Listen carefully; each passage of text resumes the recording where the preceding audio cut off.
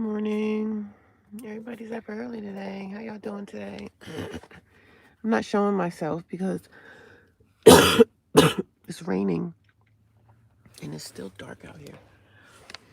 It rained all last night, which is good. We need rain. What are you guys up to today? Good morning. Y'all getting ready for work? I need to go somewhere and find some electric because my little Jackery is dying. But good thing I'm going back to work tomorrow. So happy Monday. Happy Monday, y'all. It rained all night. I'm doing pretty good. I slept pretty well.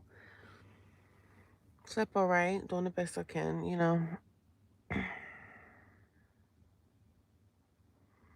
Today's a new day. I'm just probably really going to focus on charging my Jackery and trying to clean out this car, getting things out of the car that's not really needed, and getting ready for work tomorrow. I'm going to the laundromat. I'm just running a few extra little errands because I am going back to work tomorrow. So, which I'm happy because when I'm at work, it's like I have a place to live. You know what I mean? It's like that's the closest to a building, a livable place that I could, temporarily be at for a while. So I don't mind going to work. And I also get paid for it. So I was like, let me do a live stream real fast. But being out here, y'all, I'm finding that there are a lot of people that are doing the same thing I'm doing. They're just doing it on the low. And you could tell who they are when you see them. There was another guy here at this apartment complex that I stay at. He slept here last night too. He had a nice car. A lot of people are sleeping in their cars, man. Especially with this freaking rent being so high. I'm gonna stretch this out as long as I possibly can. I'm not gonna front. I'm not going back to a building until I'm able to afford it. But I don't brag on it. Some people say, oh, you're bragging about being homeless. No, I just speak my truth. It is what it is. But I do, yo, I haven't had coffee in like 5 days. My coffee is not something I need. It's just something that I like to have, but I haven't had it in like 5 days. So, wow. And I did not exercise yesterday. I just kind of bummed around in the car a lot yesterday. And I went to Walmart yesterday because I was so tired. I was just like, oh, I just want to lay down. So I just went, parked in Walmart, and it was still daylight outside. And I didn't care. I just got in the back of my car, fixed my bed, and laid around. Sometimes being homeless and having a car is a good thing, right? I'm in a good spot being this way and having a car. But sometimes all I want to do is rest. And when it was hot out here, I couldn't rest like that. So these days of it being like, there was no sun out yesterday. It was just a cloudy day. And today it looked like it's going to be another cloudy, rainy day, which is fine. So I could really just kind of rest around in the car as much as I can.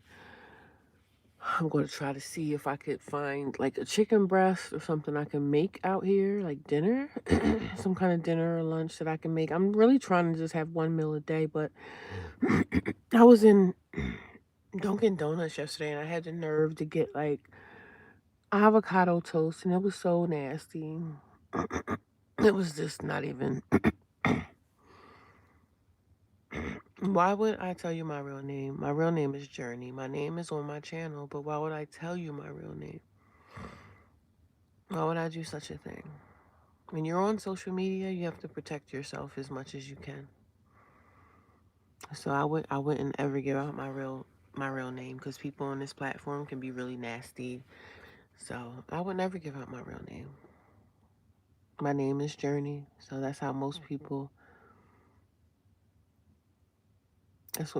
call me. Whatever's on my channel, whatever my channel is, that's my name. Her Journey Ahead, but you could just call me Journey. But good morning to everybody. Is anybody new here? Let me know. Good morning. Because you don't ever know who you're talking to. Oh, you have extreme heat warnings? Oh, gosh. I'm glad it wasn't hot this weekend because I would have been so pissed off because I'm in my car. So when it's hot like that, it's like a lot of homeless people are scrambling around and trying to find out where they could go to cool off. But I see a lot of homeless people. But the homeless people I'm seeing, everybody's looking like they have cars. So But being homeless with a car is definitely a plus, right? But when you are trying to figure out where you're going to go to try to stay cool, it could be hard because, you know, you're not going to stay in, you're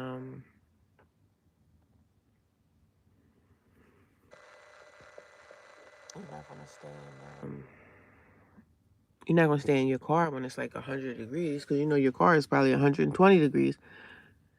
So I'm thankful that these 2 days that I've been off, it's been bearable, you know. It's been shady, cloudy, so I was 100 for the sun. Oh God, yeah. I don't see how the homeless people can make it out there in Florida. I'm sure most homeless people that's in Florida are probably outdoors somewhere, you know. And the shelters are like no help. You know, you go to the shelters, the staff members are treating you like you unalived 50 people, like you've committed a crime. So, I want to go back to the shelter, but now's not the time. I'm going to try to pull this out as long as I can and as much as I can until it starts getting chilly out here and I can't really take it. Because I went into the shelter last year. I think I went into the shelter in like July. Yeah. But when you go into a shelter, that's a whole nother experience. You got to hold your own up in there. And I did. It's like jail, kind of. And I've never been to jail, but the shelter is like prison. You have to, you know, put on that tough exterior. And I walk around like that anyway. Like, I wish somebody would, you know? I have that in me anyway. But so the shelter wasn't the best, but I had a bed, you know what I mean? And you got to protect all your stuff. Like when I used to go to the shower, it was like jail. You got to take all your good stuff that you don't want people to steal. You got to take it with you. So it's a rough life, man. This ain't no joke, you know? This is real deal Holyfield type life. But I'm doing the best that I can do. Taking it all in stride and doing what I need to do as best I can. I know I would like to find me like a zipper thing that I could put on this mattress thing so this thing doesn't start breaking down. Because sometimes these mattress toppers will start getting cracks in them, you know what I mean? And I'm sleeping on it every day. So it's going to start cracking like the last one did. Because I paid $120 for this damn thing. $150. And then, of course, I'm at Kohl's. I'm at Kohl's trying to get the mattress topper. And they're like, do you want credit? I'm like, no, I don't want no more credit cards. No. I could not take it in Florida. I love the warm weather, but that is too damn hot. That is too freaking hot. Like, I got my little fan running back here. It's kind of comfortable. I can't complain. Some nights are too hot in the car, but tonight, thank God, last night it was perfect.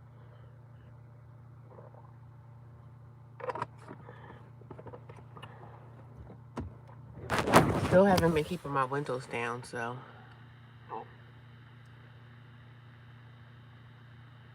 Yeah, I'm definitely gonna make it. Sometimes I hate it, you know, but, you know, I'm in a situation where there's nothing I can do about this but just keep going. So I have to just keep going. One day I'm gonna see myself, you know, grounded again in an apartment or a house. So, but I'm not gonna sit around and cry. I do have moments where I do cry. I'm not gonna sit here and lie and like, oh no, this is fine, this is perfect, I'm okay, everything's like, no. Sometimes I hate this life, but I gotta keep pushing through.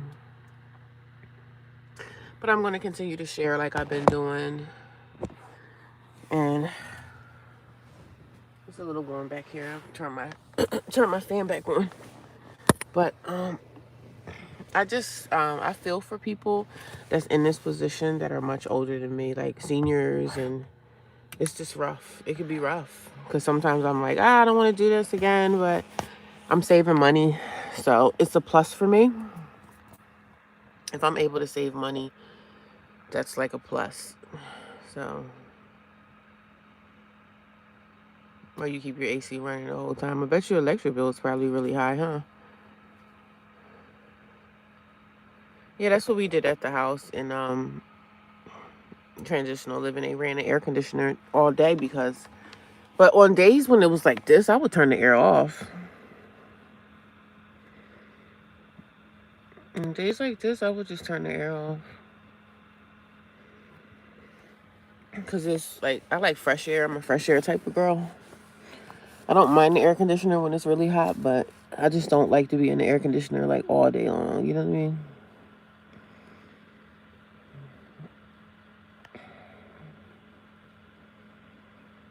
This little fan that I had from Walmart, this little tiny USB fan is like perfect. Good morning, Miss Green. How are you today? Thanks for coming by. What time is this? About almost 6 o'clock. Karen, you must be in Florida, huh? Yeah, that's really hot. Being in your van in Florida, in that weather, you can't. Oh, God, you can't survive that. Yeah, I have a car. I'm in my car now. That's where I sleep at, in my car. I'm a homeless woman, and I live in my car. I've been living in my car now for the last 5 days. Good, good, good. Not really. Usually it's 70, 78 to 100. Really hot there, too, Miss Green.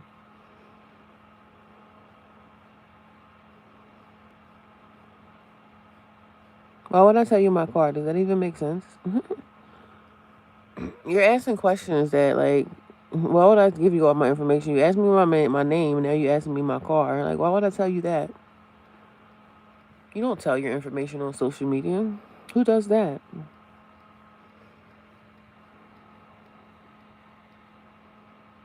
You don't tell strangers your personal details of your life. That's why I try to be as much under the radar as I can be. I don't know, but he's asking a lot of questions, but questions that's not going to get answered. You got to protect yourself out here in this world as much as you can. Like, even when you do social media, you don't never know who you're talking to. So I'm not the type of person to give out all my personal details of my life. I share the fact that I'm homeless, yeah, but I would never share, oh, I have this kind of car and I'm my name is this. Like, come on, who does that?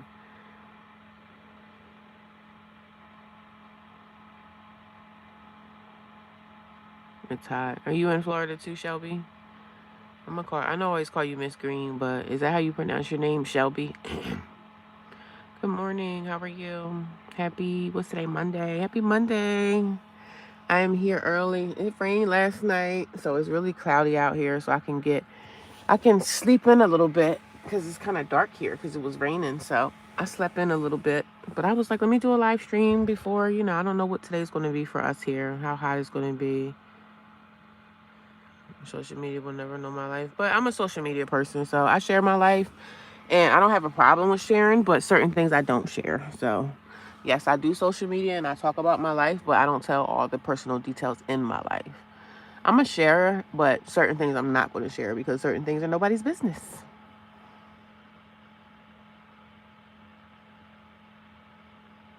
You ain't slept yet? Yeah, it sucks when you can't sleep and not, being tossing and turning, especially when you're tossing and turning. And I'm living in my car. It sucks. And thank God I have like a little SUV, so I have space and I have enough room to stretch my body out in the back, so I can make this back area as comfortable as I need to have it. Shelby is correct. Okay, I got it right. Yay. I'm glad I got your name right, because some people be having names, I'm like trying to pronounce it and I can't, but I just be like, hi, everybody. So if anybody is new here, let me know you're new here. No, I never got the plywood. I still think I need it. I still think I should get it, but I'll probably get it next week.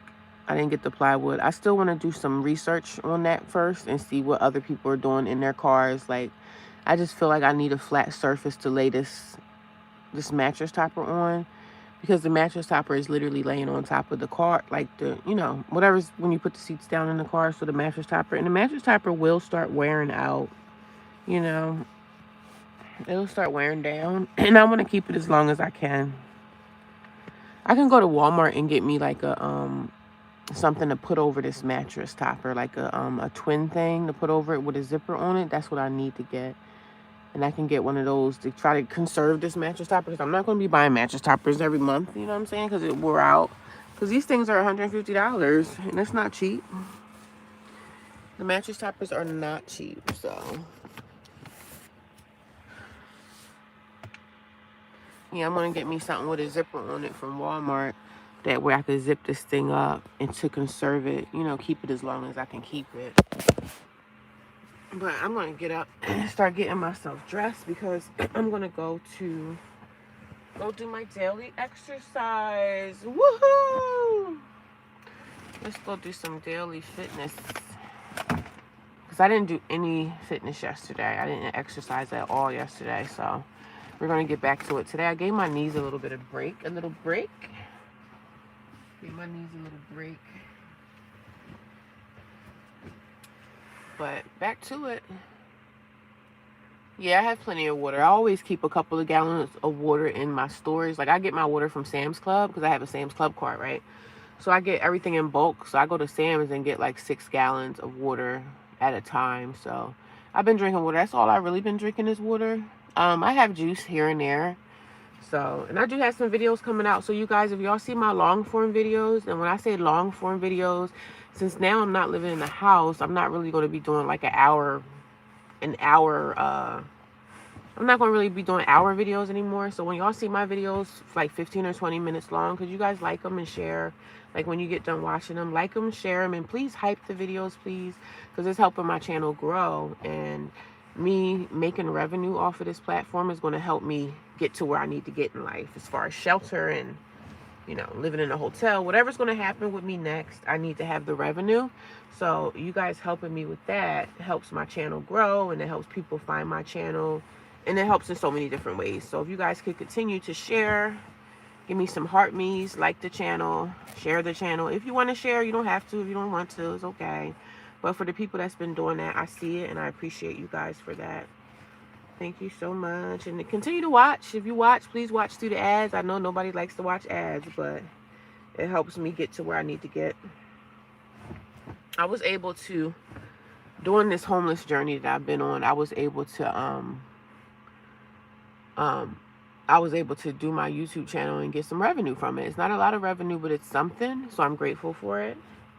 I'm grateful for every nickel and dime. My only thing is I need housing.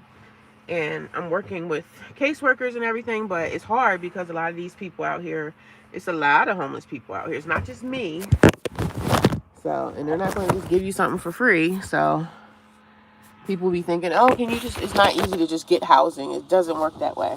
It's not like it used to be like 20 years ago, where you could go tell somebody I'm homeless. You can go live in a homeless shelter for like a month and then they'll help you. Like nobody's helping people find places anymore today.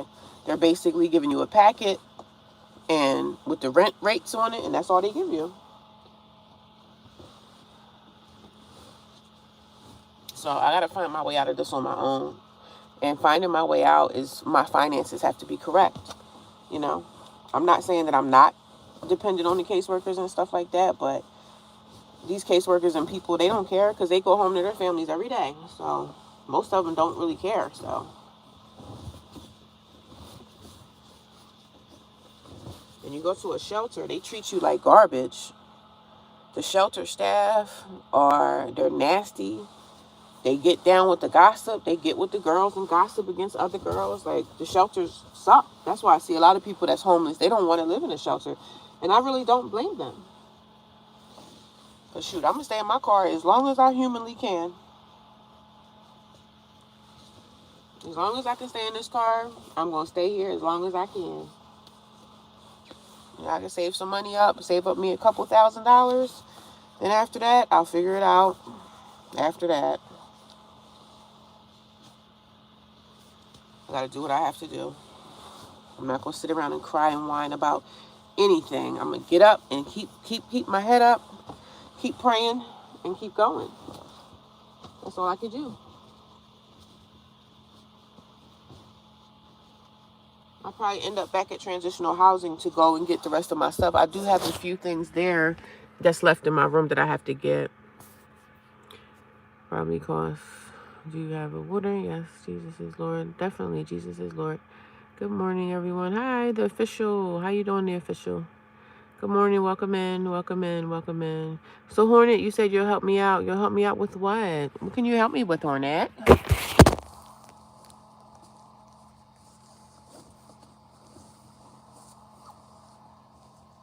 What are you going to help me with, Hornet? Please explain yourself.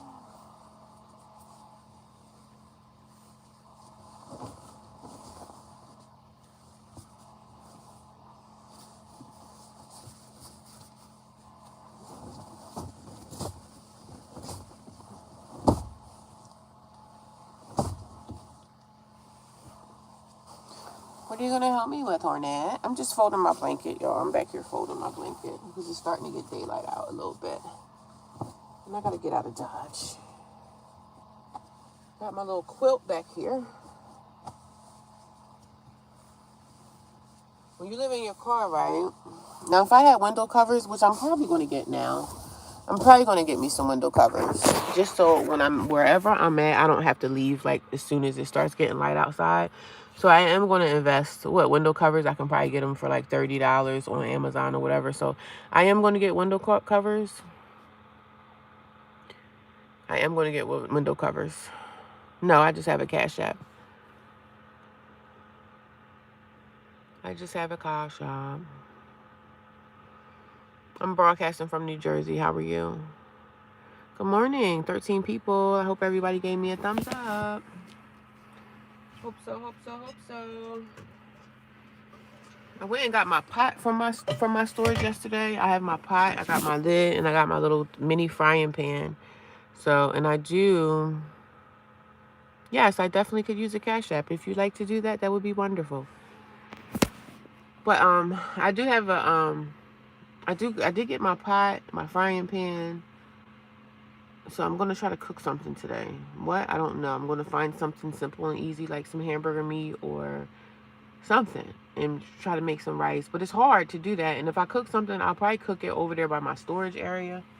I think I'll be fine over there because nobody's going to really know. Because the people at at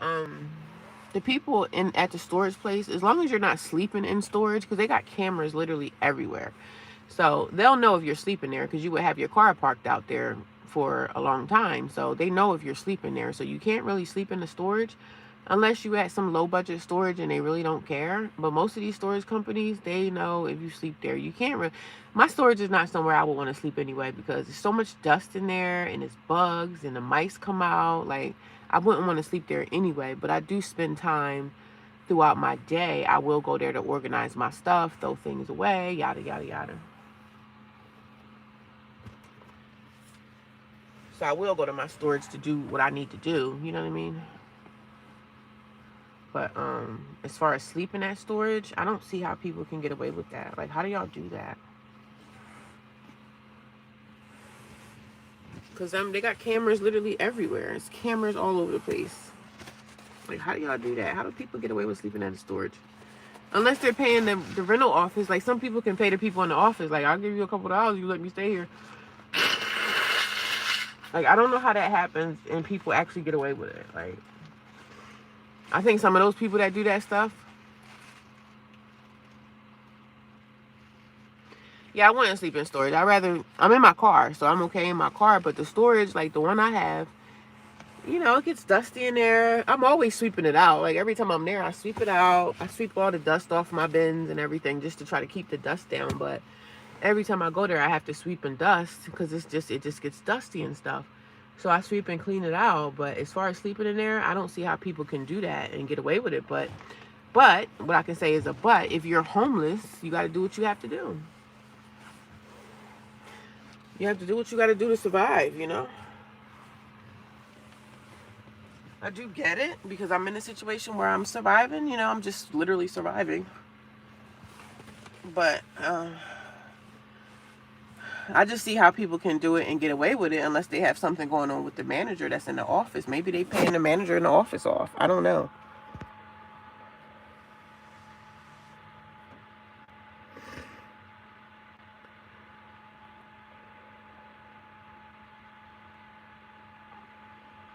Maybe they're paying the people in the office off.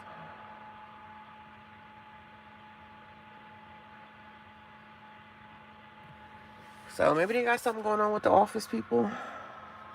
But they know right now, like, everybody knows there's like a big thing going on with homeless people. They know people living in their cars and all that stuff. So I just keep it very low key, Keep Keep it very low key. Stay out the way.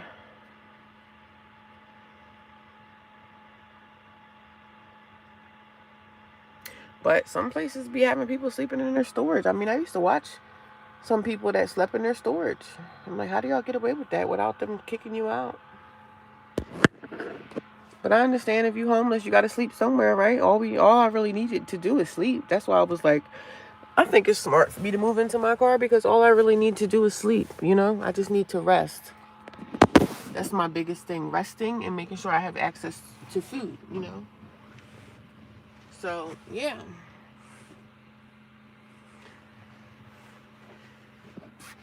But I'm going to try to get out of here and drive to a park because I need to charge my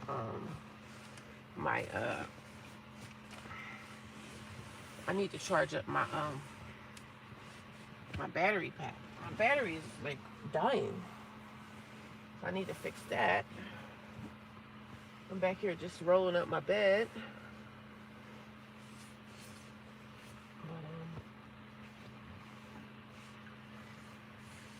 But listen, I understand because I'm homeless now, but I understand people that have to do what they have to do because I'm definitely doing what I have to do.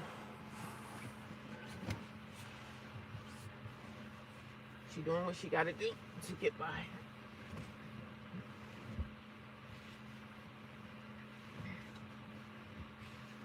She doing what she got to do.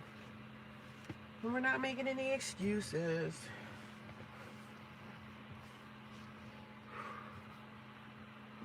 I'm trying to get out of here because people start waking up. You know, walking their dogs and stuff.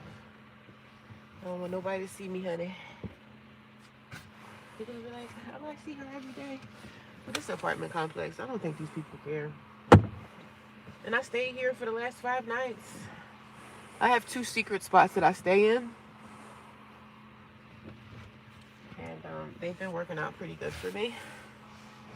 So, I'm not complaining. You know what I mean? It's pretty cozy back here in my car. It's pretty cozy. So yeah, I told y'all yesterday I had this Dunkin' Donuts. Like, it was avocado toast and it was so freaking nasty, y'all. I don't know if you guys ever had. I don't really eat at Dunkin' Donuts, right? But, you know, I gotta eat something. I try to fast as long as I can in the morning and not have anything until, like, I try to just do 1 meal a day. And sometimes it can be kind of hard. But I'm training my body to just 1 meal a day. And working on that. Good morning, everybody. Sorry I can't show you my face right now because I'm rolling up my bed back here in the back seat. I'm trying to get out of here so I can start my day. Just gotta get ready for work tomorrow and wash my laundry and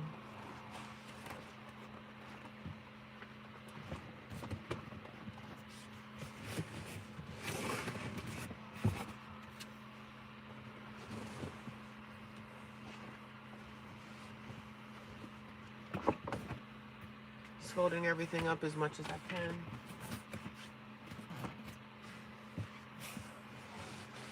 I be thinking I'm a little stealthy in my car. Like, I have everything organized, but really I have stuff. I just have too much crap in this car.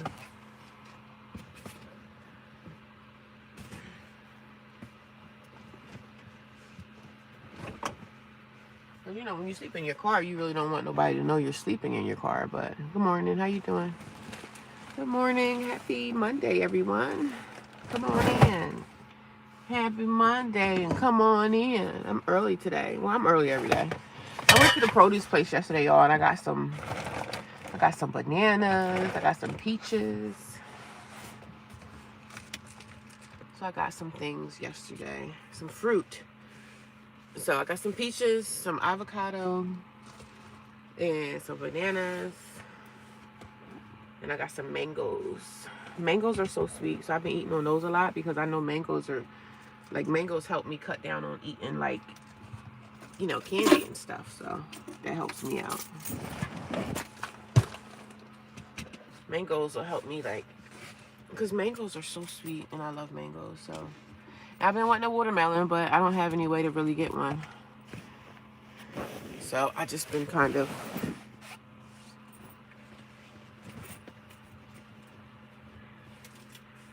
I have to sacrifice. But they had some watermelon at my job.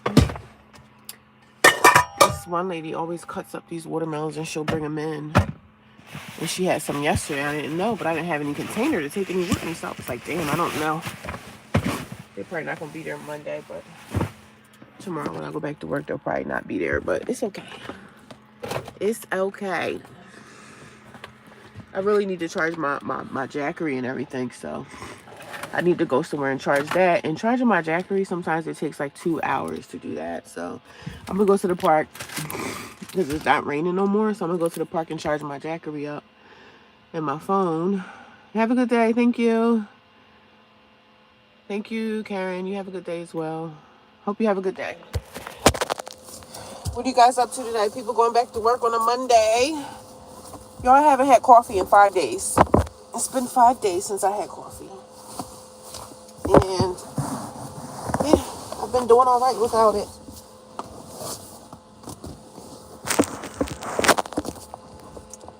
I've been doing all right without the coffee.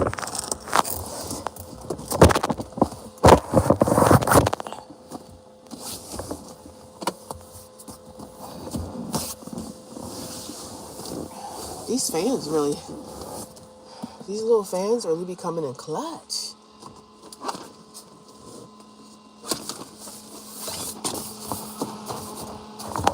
These fans really help out a lot.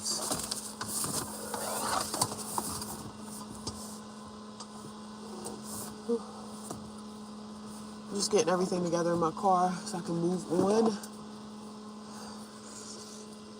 Alright, where's this coming from? What? Okay. It's up there. My peaches probably are. So the peaches I got yesterday were pretty cold. They were hard. So I gotta let them get soft. It is getting softer, so by tomorrow they should be good.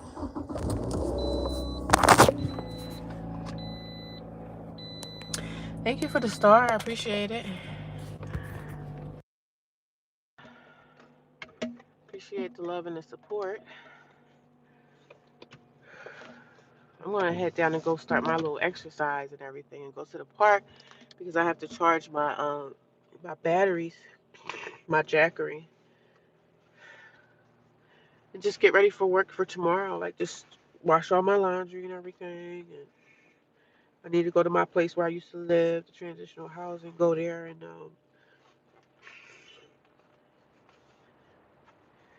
do what I need to do, you know? Life happens.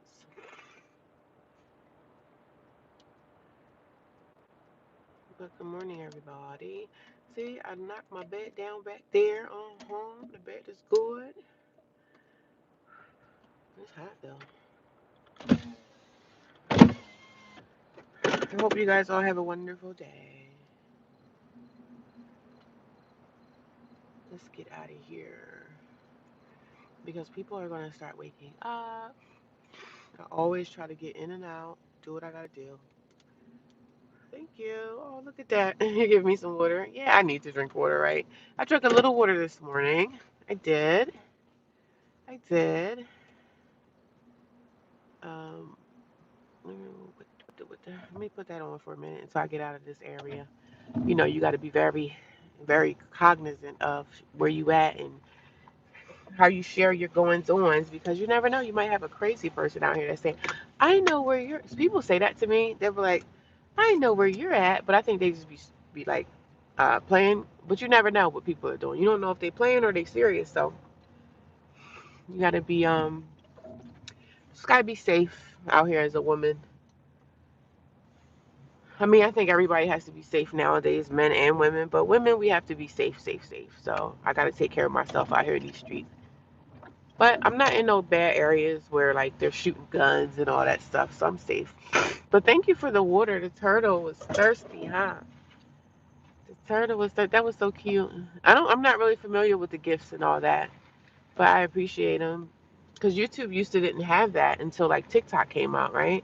YouTube never had like gifts and all that stuff. So now I think they all have gifts. I'm on other platforms, but I don't really share my homeless journey. I just share this journey on YouTube. I think YouTube for me is like my safe. It's the safest avenue for me to share.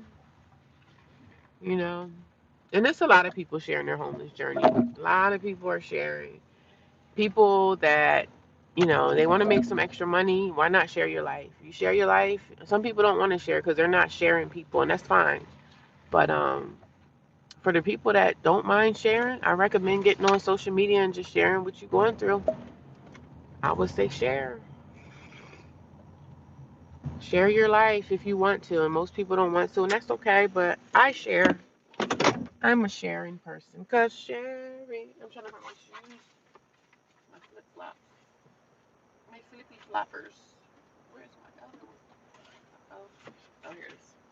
I'm gonna put my shoes on and just look at my car. Go out here and look at my car. I be trying to stay out the way, y'all. I be low key. Nobody know I'm around.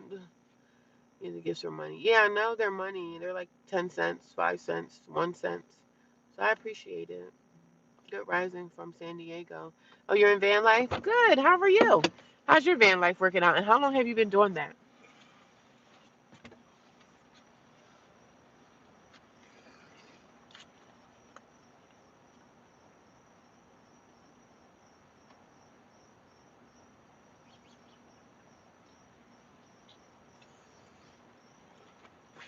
How's your van life been working out for you? And how long have you been in the life? And do you share your life? Do you share the van life stuff on social media, or you just kind of do it? If you think about it, like when I be looking at van life stuff, a lot of these people have been living van life for like years. Like years. Thank you guys for the gifts. I appreciate it. Thank you. Thank you. If you guys could definitely heart the video or put thumbs up. Give me a thumbs up, please, when you come in the room.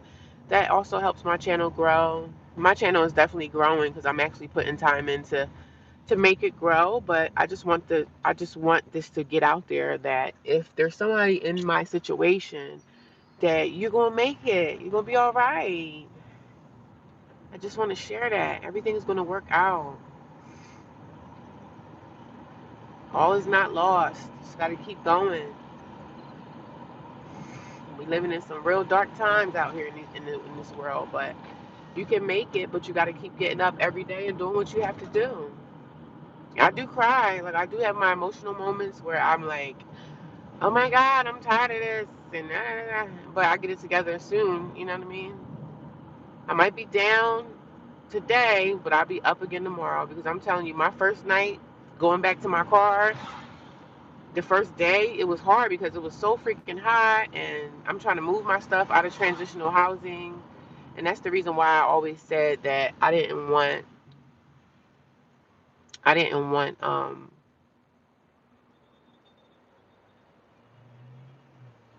that's the main reason why I said that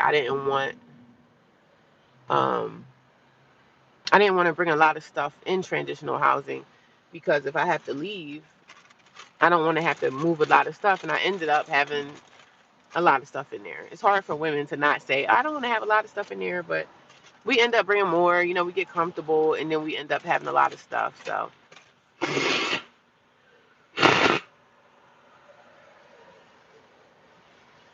I'm congested this morning.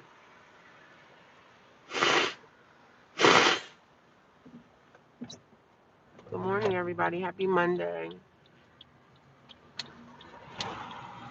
I am just now headed out of my sleeping area. I gotta go charge my Jackery, and the Jackery will take like probably 2 hours to fully charge. So I need to get that charged up. And normally, if I'm at work, I could just take my Jackery to my job and charge it while I'm working. My 8, 9 hour shift. I'll just take it there and do that there. So there's benefits to having a job while you live in your car, because you could do a lot of stuff at work in your car. You know.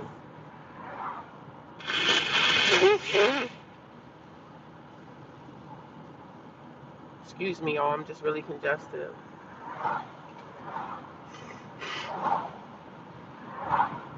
I'm so pissed off because yesterday, like, I'm trying to be careful with my tires because there's like potholes every freaking where, and I'm just like, damn, y'all fix these damn roads. Fix the roads, buddy.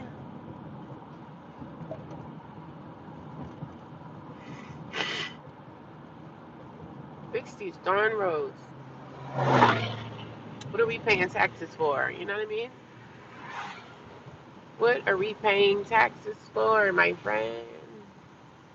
But happy Monday. Everybody's getting back to it. But unfortunately, I'm off today. Thank God. I don't even want to go on Wawa because I don't know.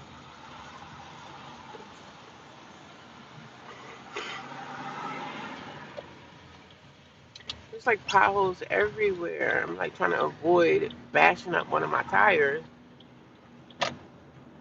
So today's a new day. It was raining last night. It rained yesterday afternoon. I was at Walmart. I was at Walmart and I really didn't care because I'm like, I don't care what people think, what they say. I'm going to go to sleep. So I went to sleep. I didn't go to sleep. I just relaxed at Walmart yesterday and I was fine with that.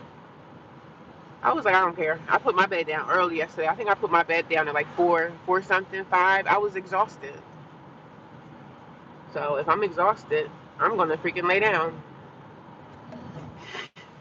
After a time, you just start not to really care about what people think and what they may say, or oh, somebody might see me in my car. Like, so nobody at Walmart bothered me. Like that Walmart I was at, it didn't have like security out there, so I was like, well, oh well, somebody see me, they see me. If they see me, they see me, honey. If they see me, they see me, girl.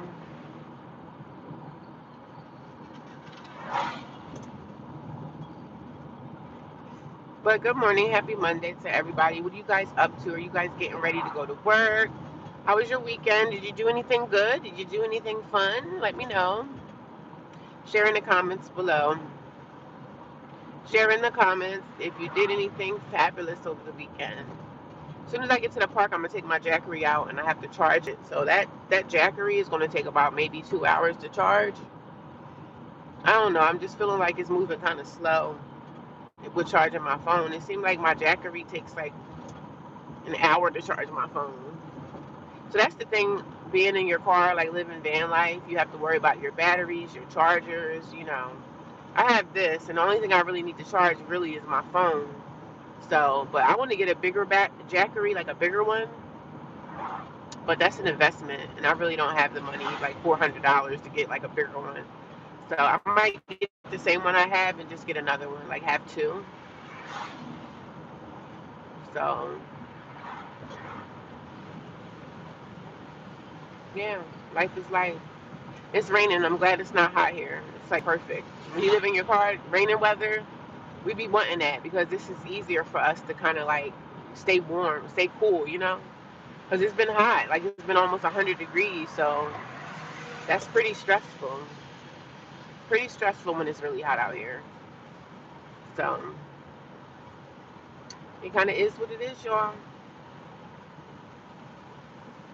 Decent retirement. Oh, okay. Nice, nice, nice. It's a lot of people, a lot of seniors are living in their car too, like older people, and I'm just like, I be feeling for them. Like, damn, it sucks when you don't have family support, man. When you don't have people that can help you out in your family, it really is heartbreaking. It's heartbreaking, but you can still go on, still live and stuff. But it's hard when you don't have that support system. It really does. It hurts a lot. You doing it all on your own. I know what that feels like, honey, because I do it on my own every day. But not having that family support when, but I already see what's going to happen. I'm gonna get myself together, and then somebody gonna need me. You know what I'm saying? Good morning. How you doing? Welcome in. You get yourself together, and then somebody gonna turn around and ask you for favors. They gonna turn around and need you. That's how it always happens.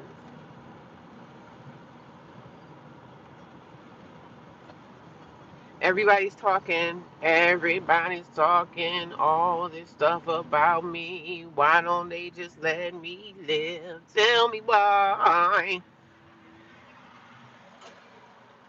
People just be out here like, oh my God, I would love to move into the mountains. They go buy me a house in the mountains, but I have to have my business right. I could do it, you know. I'm trying to build my business and my social media. I just want to move into the mountains, buy me a cabin somewhere in the woods, and be away from all of this, all of this. Tell me why everybody's talking all this stuff about me. Why don't they just let me live? Tell me why everybody's talking all this stuff about me. Why don't they just let me live? Tell me why everybody's talking all this stuff about me. Why don't they just let me live? Tell me why. Who sings that? Is that Michael Jackson? Everybody's talking all this stuff about me. Why don't they just let me live? I'm trying to avoid all these freaking potholes out here, honey. I'm going to out of the country. You going to be an expat? Okay, nice. What country are you going to? That sounds amazing. That sounds amazing. Everybody's talking all this stuff about me. Why don't they just let me live? Tell me why. I need to wash my clothes today, figure out what I'm gonna eat because I'm over the fast food crap and it's only like it's insane. I gotta get me a gas canister, so I'm gonna have to stop at Walmart. I didn't get that yet.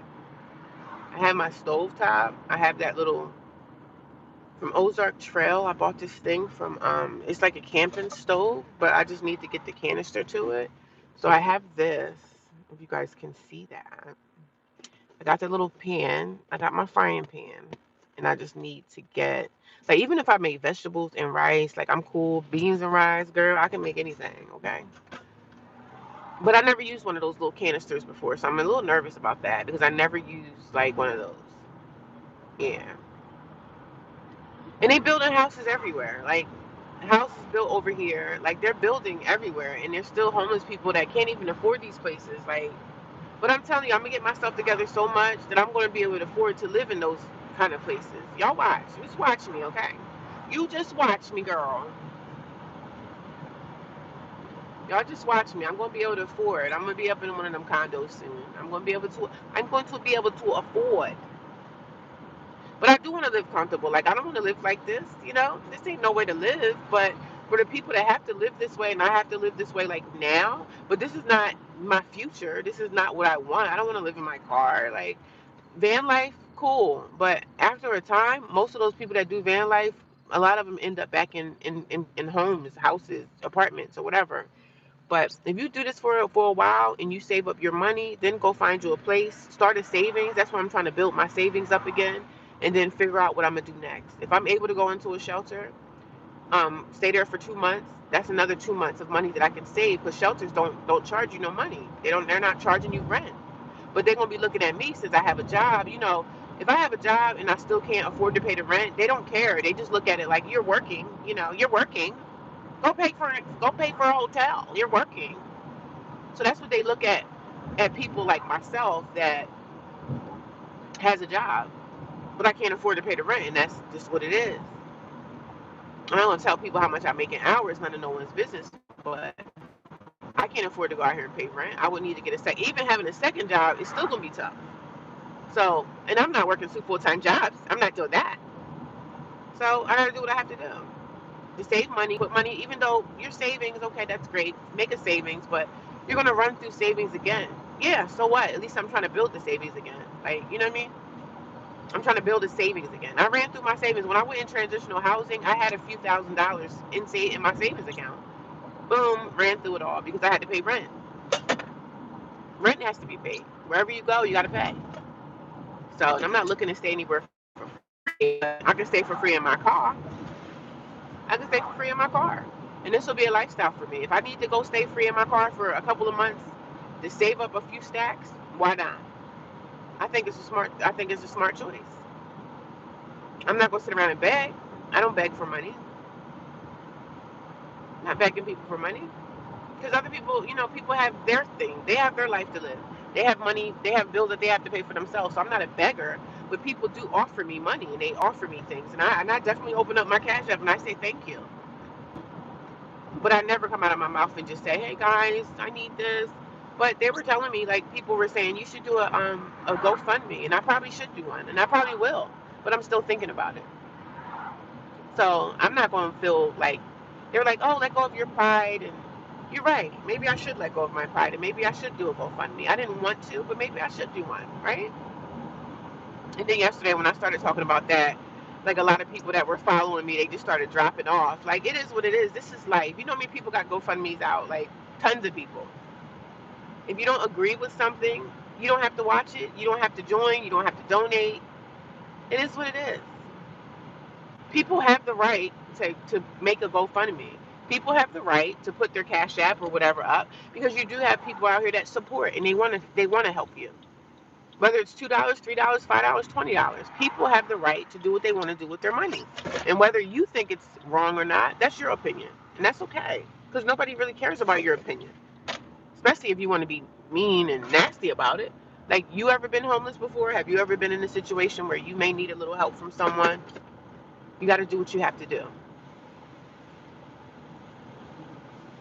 And it's so funny because I'm in an area when I used to live with my niece, like I'm near her house.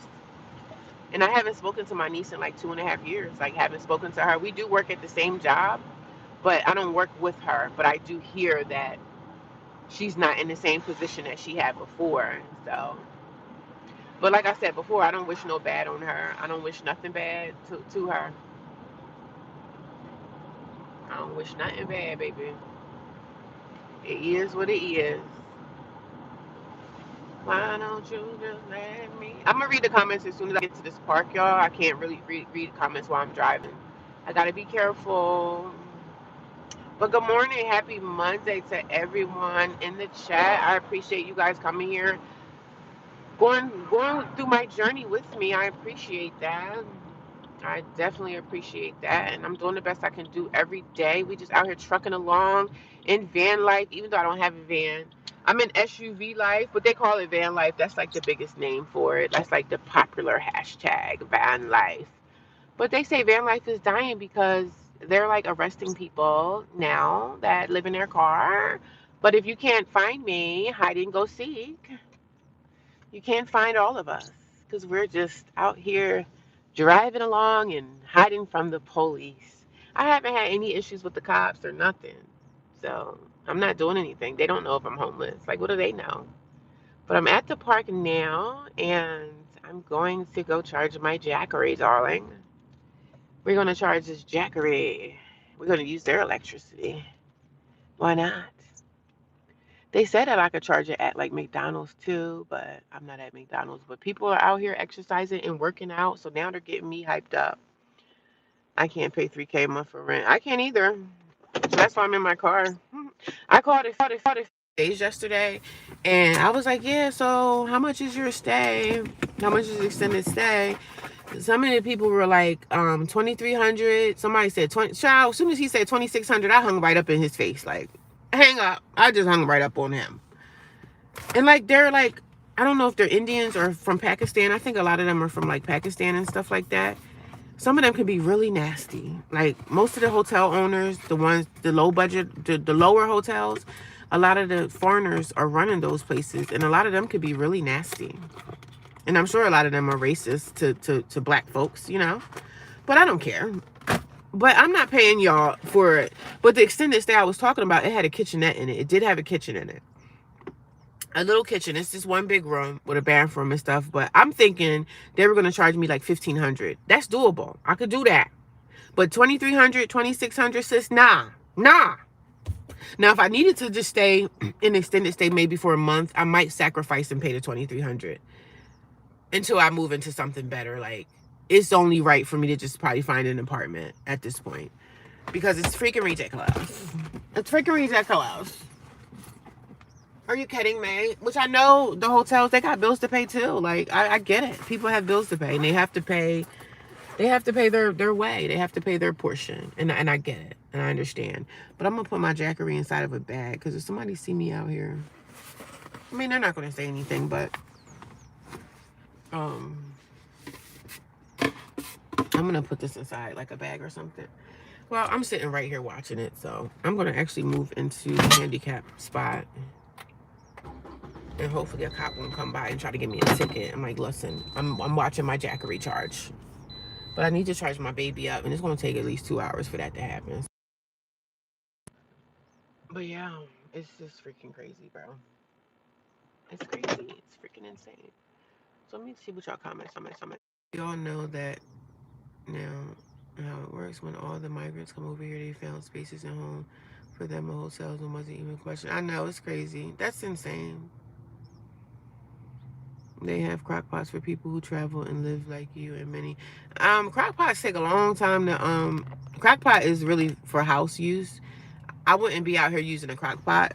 I would just use a crock pots take a long time. Like sometimes at home it can take the crock pot like 30 minutes to an hour to start slowly marinating. So crock pots are, to me, for house use. But if you had a hotel, a crock pot would be perfect because you just, set it and forget it. But I wouldn't use a crock pot for being out here like this. Oh, you going to the Philippines, Vietnam and Philippines? Okay, good. Enjoy that. Oh, it's Bobby Brown and Babyface. Okay, wrote that song. Yeah, everybody's talking all this stuff about me. Why don't you just let me live? Tell me why. Oh, my bananas are perfect. Let me show y'all my bananas. Look, y'all. My bananas. Ooh, they ready for eating. This is what I'm gonna have for breakfast. Bananas. And I have a peach. Now, I'm gonna see my fruit basket. I got a fruit basket yesterday. So I have a fruit basket in my car. And these are still kind of hard. So throughout the day, they're gonna soften up a little bit more. Got me some peaches. Got me some bananas. And I have 2 avocados down here. And I just eat avocados as is. I love avocado. But the avocado crap I had yesterday from Dunkin' Donuts, y'all, don't even waste your time getting that. So my Jackery is literally at 55, so it's not going to take 2 hours to charge it. It might take an hour to get it up to 100. For some reason, I'm just like the type of person, like I like for my stuff to be on 100. I just don't feel right if I'm driving around and my phone is not fully charged. Like, I just don't like that. I just like to always be prepared for like whatever. So yeah, let me clean up back there a little bit, and then I'm gonna go put this on the charger. Well, I'm gonna go put this on the charger first. This would be more important, right? So yeah, man, it's a tough world, but it's doable for me. It's doable. I'm just doing what I gotta do. This lifestyle is doable for me for right now. I'm able to just figure it out and save money, and that's my biggest thing. Save. Okay, where are my keys? Oh my god. Where did I put my keys? Oh my goodness. I'd be so paranoid about locking my car keys in my car. That's like a really big paranoia for me, but where's my keys? Did you guys come in here and take my keys? Did I drop them? Like, what the heck? What the hell is going on between the sheets in my home? Baby, wait, let me explain before you start to point your cane. Let me go charge this. Let me do this. Let me do this like Buddhist, y'all. Well, wherever those keys are, I can still get in my car, so I don't know where they're at, but let's go do this. Let's go do this. So I'm at the park, and I'm going to go charge this Jackery inside a charger. I mean, what are these parks for? Utilize what you can utilize out here in the world. So look at that. And I can watch it from my phone, and nobody's really out here. Like, people are out here exercising and everything. So yeah, hopefully it's not locked. So hopefully it works, you guys. Do you guys think it works? Let's just see. It sucks to hold your phone like showing every little thing, but use their electricity, why not? Woohoo! Look at that, charging my baby. Yeah, the Jackery is charging. Yes. Charging my baby, and I'm gonna sit and watch it charge from my car. Jackery, you can utilize any park to charge your material. So, and I'm watching it from the car, so nobody gonna steal my Jackery. But mostly people that are out here right now, everybody's out here like exercising and working out. Nobody's going to really be thieving, taking my jackery, because I'm literally sitting there watching you. So, yeah. Life is life. Life is life. So, let's get back here and put my seats up in the car. This is pretty much what I do every morning. But I go back to work tomorrow, y'all, so I'm pretty excited about that. Because when I go to work, it kind of feels a little like home. You know what I mean? It feels like home when I'm at work. So I feel like I can do anything there. Like keep my hands washed, you know. So that's the benefits of going to work. I mean, the benefits are getting a job is, you know, making money for sure. But I'm going to charge that up for like an hour. I need to go take a shower. I'm fasting, y'all. I tell y'all that living in this life, I'm only going to eat 1 meal a day. Because I'm not going to keep eating fast food. I need one, so be careful. You need one of what? A jackery? How are you? I'm good. I don't know if they call them crock pots, but I know I watch a lot of van lifers and I see different devices. Yeah, I watch a lot of van life people too. I watch a lot of Canadian YouTubers and yeah, I watch a lot of people.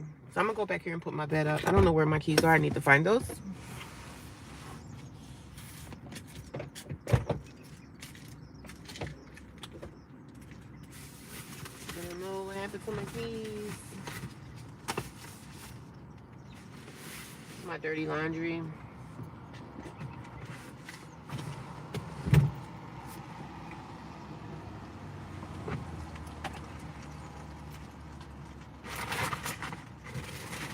I don't know if my keys dropped. I don't know where they are, but they have to be in that front seat.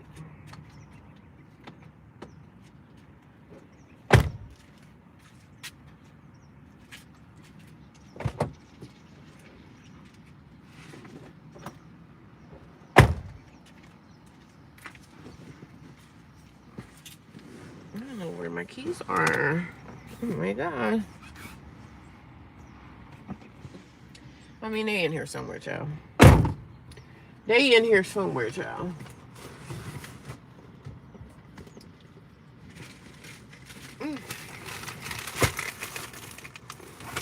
Always got my head on a swivel, honey. Always got my head on a swivel. This is one of my avocados I got yesterday. So I told you I'm going to be going live every single day. I'm going back to work tomorrow, so I'm going to go live before I go to work tomorrow. So this is one of my pots. And this is a pot that I had when I was living in my apartment. And I just still have it. And I'm glad that I have it. That way I don't have to buy like a pot. So I have a pot, and all you really need is a pot. You need this propane. I just have to go get the propane today. A propane, and I have my little frying pan. Yeah, I had Applebee's yesterday. I sure did. I'm sick of eating out already, like, but I have to eat, right? We have to eat. I had a frying pan. I don't know what happened to it, but I don't know where you are, but so that's my little pot that I'm probably going to be taking back to storage. But I'm going to try to figure out something to eat today that I can make myself. But yeah.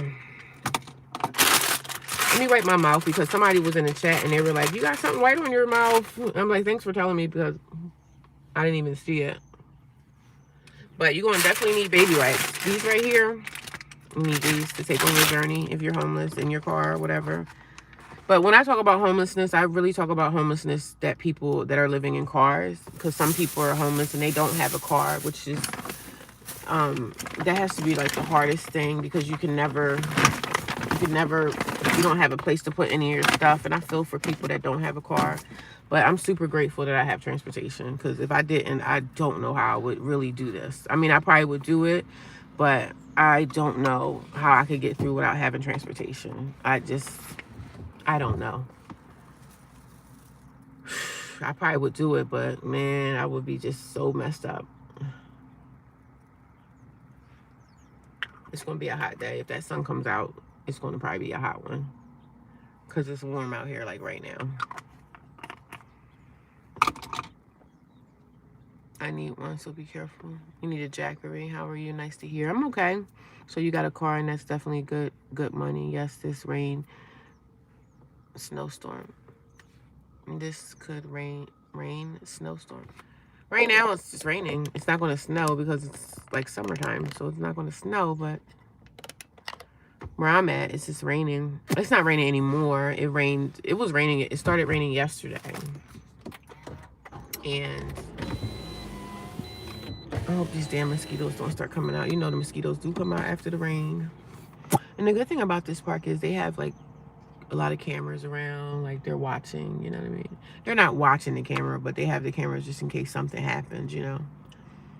So it's safe, but this is not the kind of park that you would want to be in if you have a car to sleep in. Like some people have to sleep in parks. Mexico or Jamaica, which one you think is better? I don't know. I would say Jamaica, but I would like to visit Mexico too. Either one is great. But, you know, when you're being an expat and you want to travel or whatever, you have to be very careful out here because most of the people in other countries do not like American people. So you got to be safe. And I'm not a scary person, but, and I want to travel too. Like, I want to get my passport. I'm going to get me a passport at some point in time in this journey. Where the heck is my freaking keys at, y'all? Where are my keys? I don't know where my keys are. Literally. I must have dropped them back there.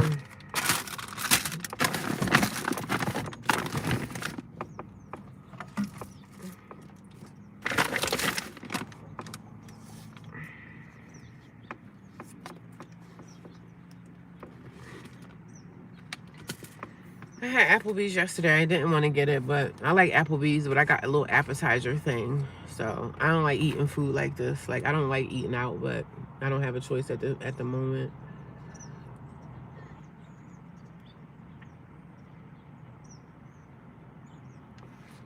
I really try not to do that at all.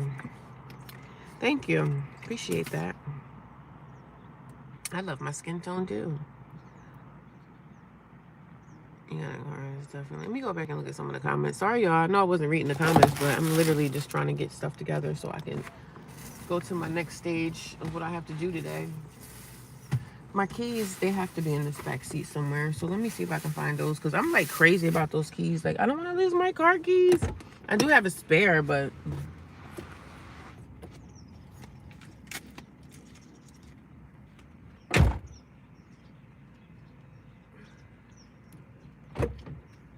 I do have a spare key. But where the heck happened?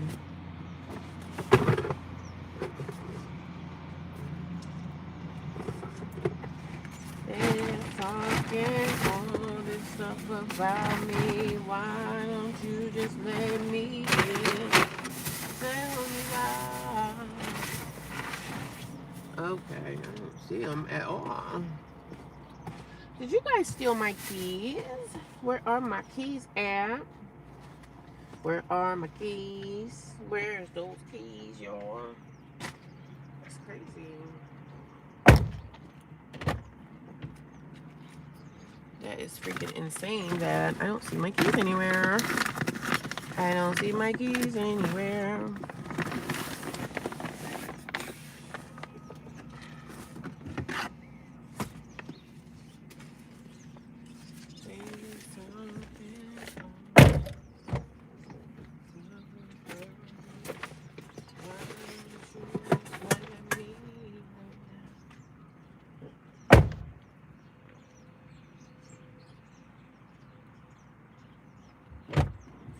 When I get done with this, I'm going to definitely do my exercise. I don't know if I dropped these bad boys.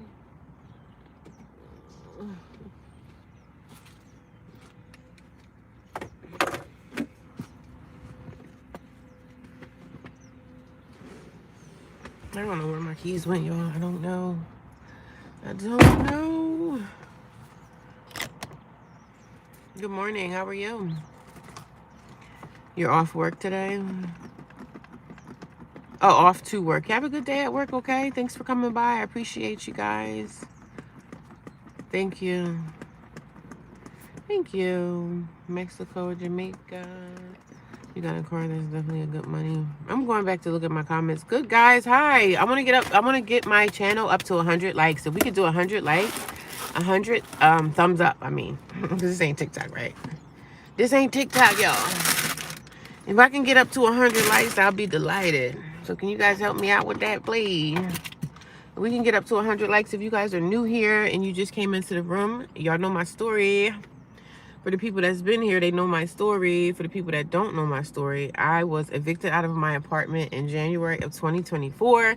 And I've pretty much been out homeless the whole time. Like, not homeless in my car, but I stayed with family. That didn't work out. I stayed with a friend. It didn't work out. I ended up back out on the streets, and I went into a homeless shelter. And that is my story.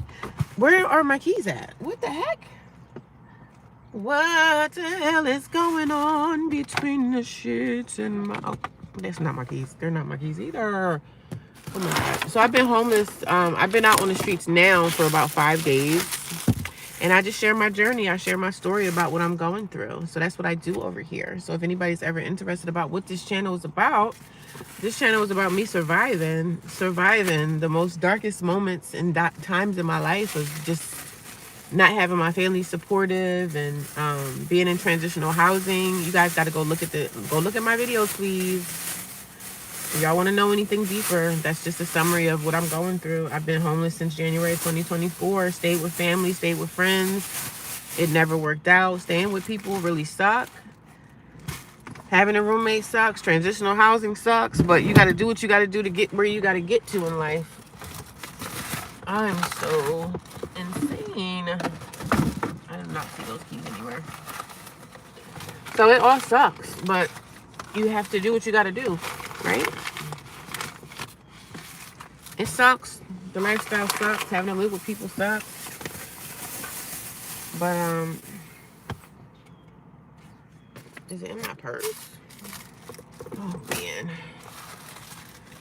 But I'm getting through it, y'all. I really am. I'm doing a good job.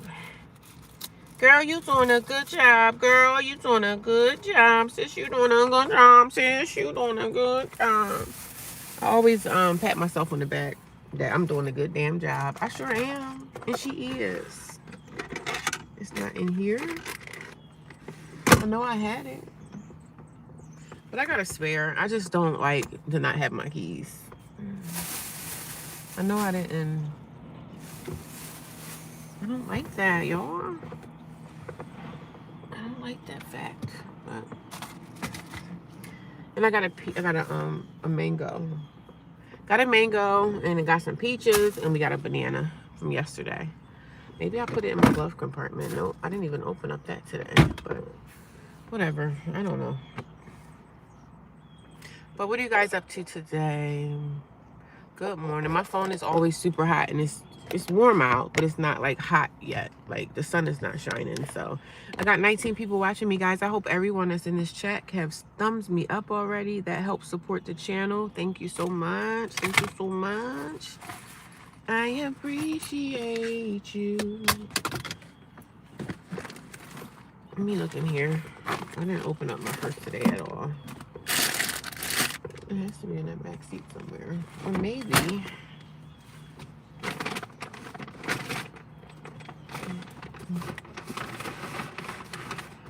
Oh, it's my keys.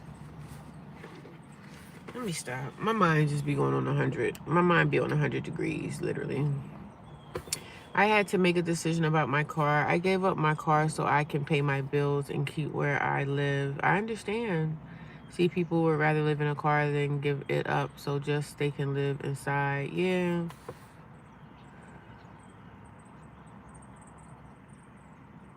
Yeah, I could either give up my car, stay in transitional housing without a car, or live in my car, keep my job, save money, or whatever. Like, I could have did either or. Like, either or could have been done in my life, but I'd rather just give up the house and make it through the rest of the summer while it's still warm out here and I could survive this. And then after that, I'll just either go to a shelter or by that time, hopefully, prayerful to God that I would have found like an apartment or something. I have programs that are helping me, but they're not really helping me. Not living with the right people sucks. The mindset of the person that you have to live with for the temporary time. Yeah. And I don't give up. I don't give up fast. Like, I lived in transitional housing for 7 months. The only real reason I came back to my car is to save money. I could, like, if I had the finances, I could have stayed in transitional housing maybe a couple more months to, but I told you my savings were depleting. Like, I was literally going to work and I had to just give over my rent money and whatever other bills I had enough money to just pay my bills. I didn't have any wiggle room. And as far as the job thing, again, I've been looking for a job. And when, for some reason, on Indeed, they don't even call you back. So there's a few applications I have, but sometimes they'll call me back and say, well, we need you to work this amount of hours. I already have a full-time job that I'm not going to stray from. Like, I'm not going to just leave my full-time job that I've been at for years and say, oh, I'm just going to take this job, because no, I have to stay where I'm at. And the second job is going to be my part-time gig, and that's a part-time gig. So I would rather just stay in my car for a while, make a savings, save my money up again, and start from scratch from there. It's a tough life. I'm not going to sit up here like this is fabulous. It's really not, but you got to do what you have to do. You know, and I stay in shape. I'm continuing to exercise while I'm out here. Like, I do things, especially on my days off. And before work, I'm out here jogging again, running, you know, doing what I have to do. The only thing I haven't did yoga in like 5 days, which really affects me, but I got to do what I have to do, because I don't really put my yoga mat out in the park and do all my yoga. I can't focus out here because I'm like out in the public. So I could do it in the gym, but the gym is so small, there's not really a lot of space. So I don't want people to be seeing me, you know, with my yoga stuff in the gym. So yeah, it's too much drama in the house. The girls, and I was living with all white women. I was literally the only black girl in the whole house, which I could rock in any situation, right? But, you know, I could feel the segregation. You know, it's still racism everywhere you go. Even people that are homeless are still, some people are racist, you know. And I didn't really look at it like that, but I saw that they supported each other more than they ever supported me, which I really didn't care, because I was the only black person in the house. So, and I didn't really care. Like, I can rock in any situation, but being the only black person in a situation where there's all white people, you're going to have some people in there that probably are low-key racist, which I really didn't give a damn. They never said nothing to me. So, but they were trying to be like overly friendly. Like, they would do stuff, and I thought it would be like a lot of stuff in transitional housing. But the main race that you will see in transitional housing, especially the ones with the drug addicts, are white people. All those girls in those houses were white. They were smoking crack, on heroin, doing drugs, and they're supposed to be there to get clean, but most of them start getting high again. So I saw that a lot. And that wasn't, and they knew I wasn't an addict. They could tell, like, one addict can tell that you're not an addict. They knew I wasn't. So they used to say, oh, you're fine. Every time I took a urine, everything was always fine. So, you know, I'm not an addict. But if you're in transitional housing, you're going to be around women that get high, and some of them get high again. So they get kicked out, and, you know, all that drama. It was literally like, y'all remember like Real Housewives of Atlanta, Real Housewives of Beverly Hills, like all those women get together. When a whole bunch of women get together in one house, there's going to be some drama. And the way they run those houses is, if you guys don't like the girl, if the girl's not getting along with people in the house, they can ask the girl to leave. So they were asking people to leave. If they didn't like you, they would try to vote you out of the house, and they could do that. Like, that was part of how they ran that house, which isn't nice, because if girls get together and they're catty and they don't like you, they can let you go. But they didn't really bother me. But I was in a house that none of them women wanted to really be in anyway, because the house that I was in, it was actually like an older house.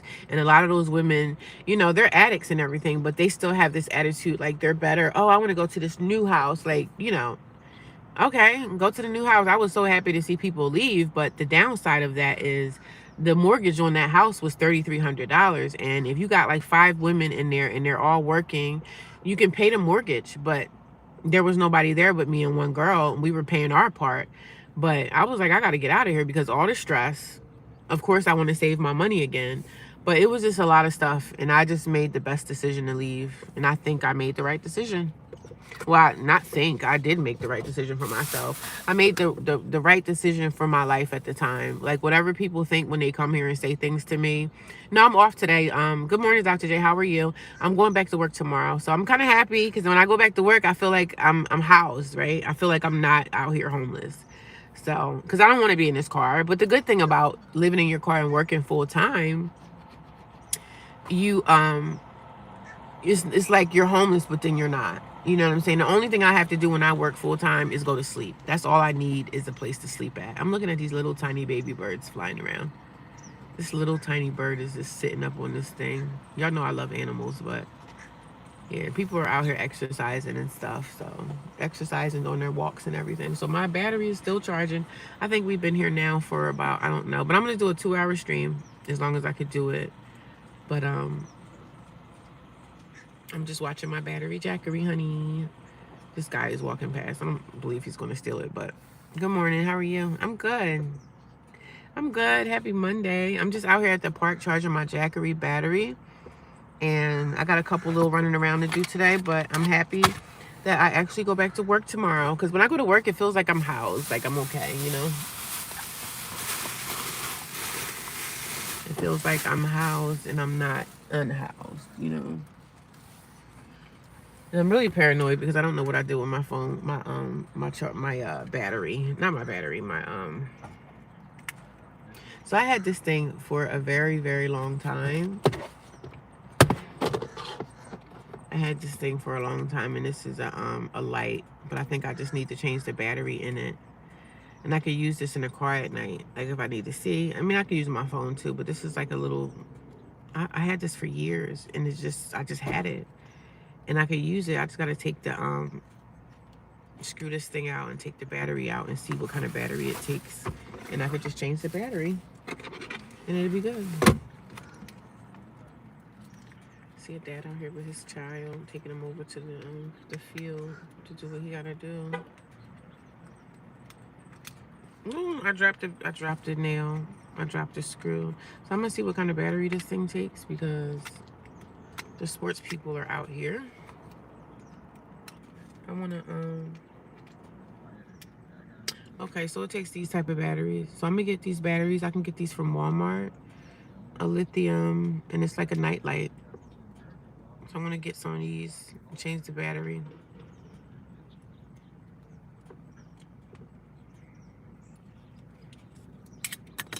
Oh my God, I dropped it too. I'm so clumsy. I've been super clumsy lately. But I'm gonna go get these batteries from I guess I could get these from Walmart. It's a lithium cell battery. I can find these at Walmart. And I'm just gonna change the battery because this is something that I could use in my car at night, and I could also like connect it to something, like have a little night light, you know. Even though when I'm in my car at nighttime, I don't like to have lights on because I don't want people to know I'm in the car. So, but I appreciate you guys. Yeah, I appreciate you guys for coming back. I hope by now everybody's giving me a thumbs up and showing me some love. I thank you for the gifts. I appreciate you guys. Are you guys headed back to work today? What is going on in your life? How was your weekend? I would take living in my car, energy and peace. Yeah, I'm definitely peace in this car. Like, I don't even think about transitional housing. Like, I do have things there that I still need to get out of my room. Like, not a lot of stuff, but I was supposed to go there. Maybe I can make it down there today to go get the rest of the stuff out of my car, out of my room. It's a few little things, nothing too deep. But I was at the storage yesterday. All my soaps are ready to go. I just have a few things on the back end that I need to do with like my taxes. Like, my business is official. It's ready to go. The soaps are ready to go. I have my boxes for packaging. I just have a few things on the back end I need to fix with that. So, and when you have a business, like they're saying, oh, well, you got your business. And then like, I can't just take my business money and go get an apartment with it. My business money is my business money. And I have to let that stack up. I can't just take my business money and go get an apartment. When you have a business, that is business funding. And at some point, I'm going to start paying myself from my business of me selling my soaps. So that could take a while. You know what I'm saying? So I still need to get a second job. But my business funds that I get from business is going to strictly be business stuff. Because it's a business and it's an official business. Like, I have a tax ID number and everything. So I'm building that business as a real business. Like, I did this before. Before I lost my apartment, I had my soap business and I was making pretty good money. I made like almost $20,000 from selling soaps, right? On my own. But it was the funds were being mixed in my private account, and I was just using the money for my daily life, paying my bills or whatever. So it was stupid. I didn't know, you know. I didn't know until I know that when you have a business, you can actually pay yourself, but you have to get to that point that you're able to pay yourself from your business. So there's a way that you run a business. You can't just take business funding and just go say, hey, I'm going to go buy me a car tomorrow because I'm making this money. You have to put that money aside for at least 6 months to a year to see what you're yielding from that business. So I'm doing it the correct way this time. But I made a decent amount of money before, but it was going into my personal account. Like I have my business bank account and everything, like all that's set up for me. So it's all there. It comes in handy. Keep a hammer in your car. Yeah, I'm trying not to keep too much stuff in my car, but I do need to get a hammer just in case I ever want to be at a point where I want to get like a tent. There's people walking by, so I don't want everybody in my business, but I'm hoping my Jackery will be charged within an hour because it was already at like half, like 50%. Why are you staying in your car? Because I'm homeless. Get a blue light for nighttime. What does the blue light do? You can't see it from the street? Does the blue light help better from like, you know, stopping people from like seeing what you're doing? What does the blue light do? Because I don't want to really buy a whole bunch of stuff, you know. I do want to get this tent that I saw. I was watching this other homeless guy, and I'm sure y'all probably know him. He's a homeless guy, him and his girlfriend. He's dating this white chick, right? So he's popular in the homeless scene. He has a tent, and him and his girlfriend are like back and forth in the tent, and then they're at a hotel, and they were saying that they paid like $2,600 for a hotel room, and they're getting like donations from people and stuff like that. So they're living the homeless life, but apparently now like the girlfriend left him. The white chick that he was dating, she left him. So I don't know what happened because he's not really talking about it, but he's like still making videos, and he's fun to listen to. It's like a comical scheme that the way he talks about his story and things that are happening is funny, right? So the girlfriend must have left him, like they broke up or something. And I don't think this is the first time they broke up. So they'll probably at some point be back together, but I don't know. Or it could be just for views. You know, people do stuff for views because they know people are interested in watching like a whole bunch of drama stuff. But he was dating a white chick, and him and a white girl were living in the woods. And they were living in a tent, and they had a whole bunch of stuff in the tent. And then one day they're in the tent, then one day they're not in the tent, then one day they're in the hotel room. So it's like people are watching them, but they're popular. But apparently now his girlfriend must have left him, and everybody's in the comments like dragging him, like, yeah, she should have left. Like, I can't be homeless with no man. Like, you know, I wouldn't accept that. Like, we need to be working and getting jobs. Like, if you have a man, unless you were married and y'all had a house and y'all lost it or something, if you have a man or something like that, he should be working. You should be working too. But I can see if he's working and maybe she's doing the social media thing and you're getting an income, okay, that's a job. But me, I'm a hustler. I got to get money from the job, and I got to go get money from social media too. I'm getting money from both sources because I'm a worker. I've been working since I was 14 years old. Like I could never, like even when it's time for me to retire, it's probably going to be hard to like pull me from the workforce because I'm so used to this. And I don't mind working, like, you know what I'm saying? I definitely don't mind working because I want to get paid, and I don't mind working because it's a part of my life. Like there's something for me to do. You know what I'm saying? I can't not do nothing. It would be so weird. I'm not staying in my car because I had an eviction from my apartment, and you got to go watch my journey. You got to go watch my videos from the beginning if you want to know anything. But I used to be in transitional housing, and now I'm not. So now I'm back in my car to save money. I wish you will. Hopefully you will get on your feet. I will definitely get on my feet. Yes, blurred light is better than the white light. I don't know what blue light looks like. I never, but when I'm in my car, I normally just go to my car to go to sleep. And sometimes I'll look at my phone a little bit, and then I'll end up going to sleep. But I know I want to get Wi-Fi so that I'll be able to like maybe look at my tablet some nights if I want to look at a movie. But mainly when I'm working, like when I go to work and I come to my car to go to sleep, I pretty much want to go right to sleep because I'm tired because I was working all day. So, yeah, this is not something that I plan on doing forever. It's just temporary because I definitely can't do this in the wintertime. So, you know what I mean? I can't live in my car because I'll be so uncomfortable being cold. Like, ugh, when it start getting cold, no, I got to figure something else out. If I got to go to a hotel room, I got to go there. I got to do what I got to do. But I'm not planning on staying in this situation when it gets cold. Not at all. Some people do stay in their car during the winter. I don't see how y'all can get through with that. I don't see how they do it. Because soon as it start getting chilly, child, I'll be like, oh, can't do this anymore. But I don't want to go back to transitional housing at all. So, and that's not my plan. But I got to do what I have to do. I have the hiccups. Excuse me, y'all. I have to do what I have to do. I just gotta do what a sis has to do. Trying to get my life together, but sometimes things happen in life and we find ourselves back at square one. And I don't blame anybody for my life. My life is my life due to my actions. So I'm not on here like pointing a finger at nobody. Yeah, I do talk about my family. And yes, I still will always stand on the fact that I believe my family should be more supportive of me, because this is actually the first time in my life that I've ever had to ask my family for favors. And they all basically was like, sorry, you know. And that's okay, because once I get myself together, I know one of them going to need some help. So that's how it always happens, right? You ask for help, they're not there, and then they get into a bind and they need some help, and I'm going to be like, I'm going to be not there. How's that going to work out?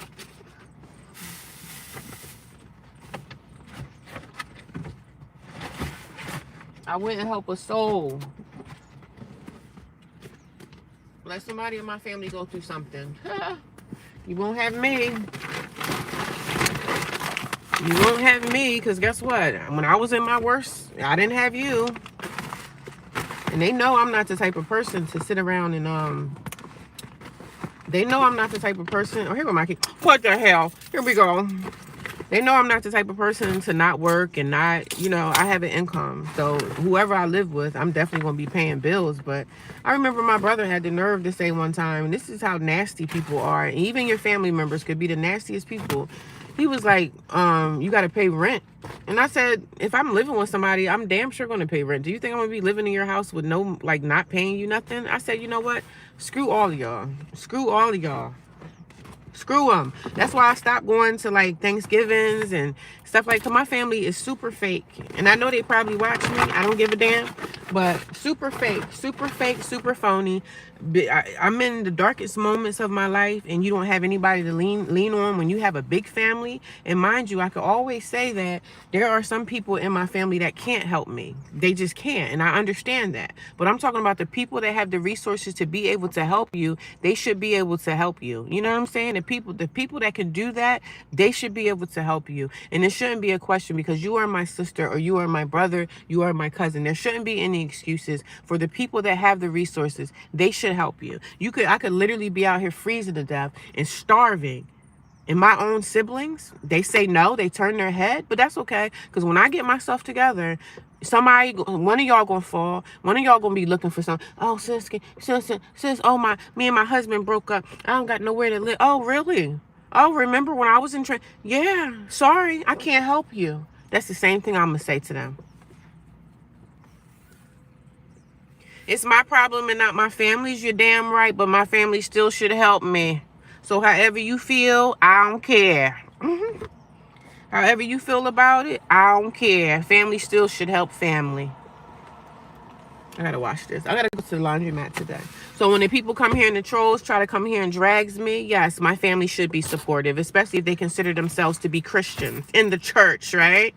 Yeah, they should help me. Because if you was out here on your behind and you didn't have nothing, who you going to run to? You're going to ask your family for help. You're going to ask your mom or your dad. You're going to lean on your brother for support. That's what family is for. You lean on family for support when you need the help. So if you think differently, like you ain't never been through nothing in your life, it is what it is. But I'm going to reach out to family and I'm going to ask for help. Because I know y'all like to see a woman like me down. And that's okay. That's okay. Because I won't be down for long. That's okay. Sis ain't gonna be down for long. So when the trolls come here and say, oh, they want to be nasty about I don't care about how y'all feel. Y'all feel how you feel. I'm not in your pocket. I'm not asking none of y'all for money for all the trolls. I'm not asking you for a red cent. But you're watching me, though. You watching me live in my car. There must be something that you like over here. That's why you keep coming back. They should help. You know what I'm saying? They should help. And I'm not sitting up on a high horse. Like, this is the first time in my natural life that I've went through what I went through. And it's not like I'm one of those people that constantly getting in trouble. I'm not on drugs. I'm not, you know, alcoholic or anything. I'm not bringing any baggage into your household. If they don't want to help me, that is their choice. But that's what family is there for, to lean on when you need them. If you're in the hospital, you want your family. Sorry that you've never got sick and you were never in the hospital. You never went through a hard time in your life, Mr. Guy, whoever's trolling me right now. You never went through a hard season in your life. You've never needed to have somebody support you, hold your hand, be by your side. Is that too much to ask?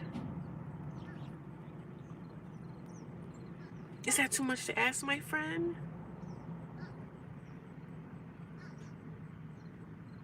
Please help me understand. For the trolls that sit in the back and judge and talk crap on people, you don't never know if next month gonna be you sitting out in the car, if you have one. We all go through it. You could get sick tomorrow and be sitting up in the hospital. Doctor tell you you got 6 months or 3 months to live. Wouldn't you want somebody in your family to come and hold your hand too? Say it's gonna be all right, brother? So when you come here and you come for me, I don't feel no type of way.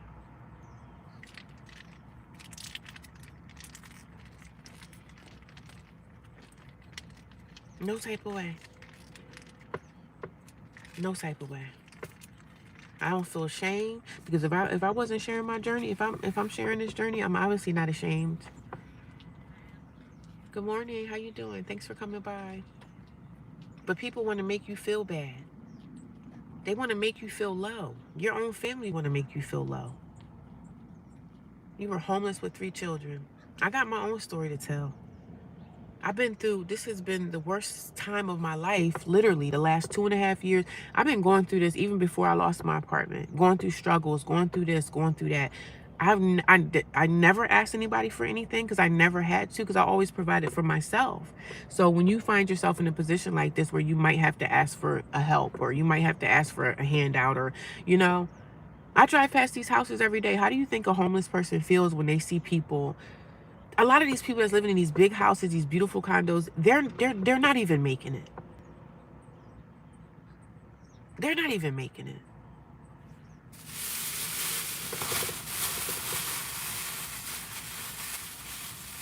A lot of these people don't even have it together. They're struggling to make their mortgage every month. A lot of these women, stay-at-home moms, they taking care of the kids. The husband is struggling to make the rent. The husband is struggling to make the mortgage. Like, people out here struggling, man. Stop coming in here judging people and talking trash. Because I share my story, so what? So what? And see, you come in here talking about something you don't even know what you're talking about. I've been talking on this for like, what, almost 2 hours. People are stupid, so you'll just get ignored. And for me ignoring you, I'm not even gonna block you. I'm gonna let you stay. I'm gonna let you hang out, okay? If you don't want to watch someone that lives in their car and talk about their life, you don't have to be here. Just go away. But I'm gonna let you live. I'm gonna let you stay in the chat with your candor. My hand up is what we all need. Yeah, man. Life is short. But people in this world are nasty. Nasty, disgruntled people. Nasty, disgruntled men and women, because men and women troll me. But the thing about social media is, when you come on here and you share your journey, you're going to have some tough skin, because there's going to be some people that's going to try to come at you. It's going to be some people, and if I come up here crying, they would love that too. I'm not going to come up here crying. Strong woman energy over here. I'm going to be okay, and I already know I'm going to be okay. But like I said, as far as family is supposed to support and help you along your way. They're supposed to help you along your journey. Whatever your journey is, they're supposed to help you out. And especially if you have a big family. There's people out here that was in the system, foster system, and they didn't have a mom, a dad, a sister, or a brother. They had nobody. You don't know what somebody's past was. And the fact is, I'm an adult. Yes, I'm an adult. But adults still need help too. If you got sick tomorrow, wouldn't you want somebody to come to your hospital bed and hold your hand? Wouldn't you, if you were married and you got sick as a man or a woman, don't you want your husband or wife and supportive family members to come up to hold your hand? You crying, thinking you're going to lose your life. Don't you want somebody to be there for you? See, when people come barking over here, I want you to come barking and know what you're talking about. Like, go watch some of my videos, because I got plenty of them. I'm not on here pointing the finger at nobody. I point the finger at me because I put myself in this situation. So what? People put themselves in situations every day. Do you think that they still don't need help? I hope you get what you need. I will. I'll get what I need. It just takes time. God bless. Continue to bless, my dear. Thank you. Ignore the smart thing. I'm going to still let him stay. He going to stay. Good morning. What's up, Swizz? How you doing today? People still need help. Like, I'm not pointing my finger at nobody. My life is my life. See you later. Have a good day. It is what it is, darling. I just happen to share, and I don't care what people think about me, because if I really cared about what somebody's going, oh, a troll may say this about me, oh, somebody may say that, I don't care what people think about me. If I cared, I wouldn't be up here. All the elders, both sides of my minds are resting in peace. Yeah, it's sad because the elders are resting now. And I was just thinking about that the other day, because me growing up, I was raised in the Pentecostal church. So we had the elders, the grandmothers, all the old timers are passing. My parents have passed away too. And unfortunately, my parents were older, so my parents are going too. But yeah, all the elders are passing. And it was a different time then. You know what I'm saying? Yeah, it sucks. It sucks when you lose people that you love. Good morning. How y'all doing today? It's just for generation and the next generation. It's just for our generation and the next generation. Yep. That is definitely true. But I appreciate you guys. I got 40 people here watching me. I hope everybody by now has given me a thumbs up. And I'm going back to work tomorrow, y'all. And I did find my keys. I found my keys and okay, they're right here. I found my keys. So when my jacket recharges up to get to 100%, I'm going to go do my exercise for like an hour. I'm going to go do an hour hike. And because it rained this morning, but now it's fine. So people are out here like playing soccer, or practicing or whatever. So this is a nice little sports park. How y'all doing today? Family, right? Family is DNA bloodline. Should help when needed. You are someone I would help. Oh, thank you. God wants us to have grace and mercy and compassion. Yeah, thank you. And I'm not like a lot of these YouTubers that's homeless. A lot of the people are living this lifestyle, homeless life, because they see money. They see people like to see people struggle for whatever reason. They like to see it. It's entertainment, I guess, for them.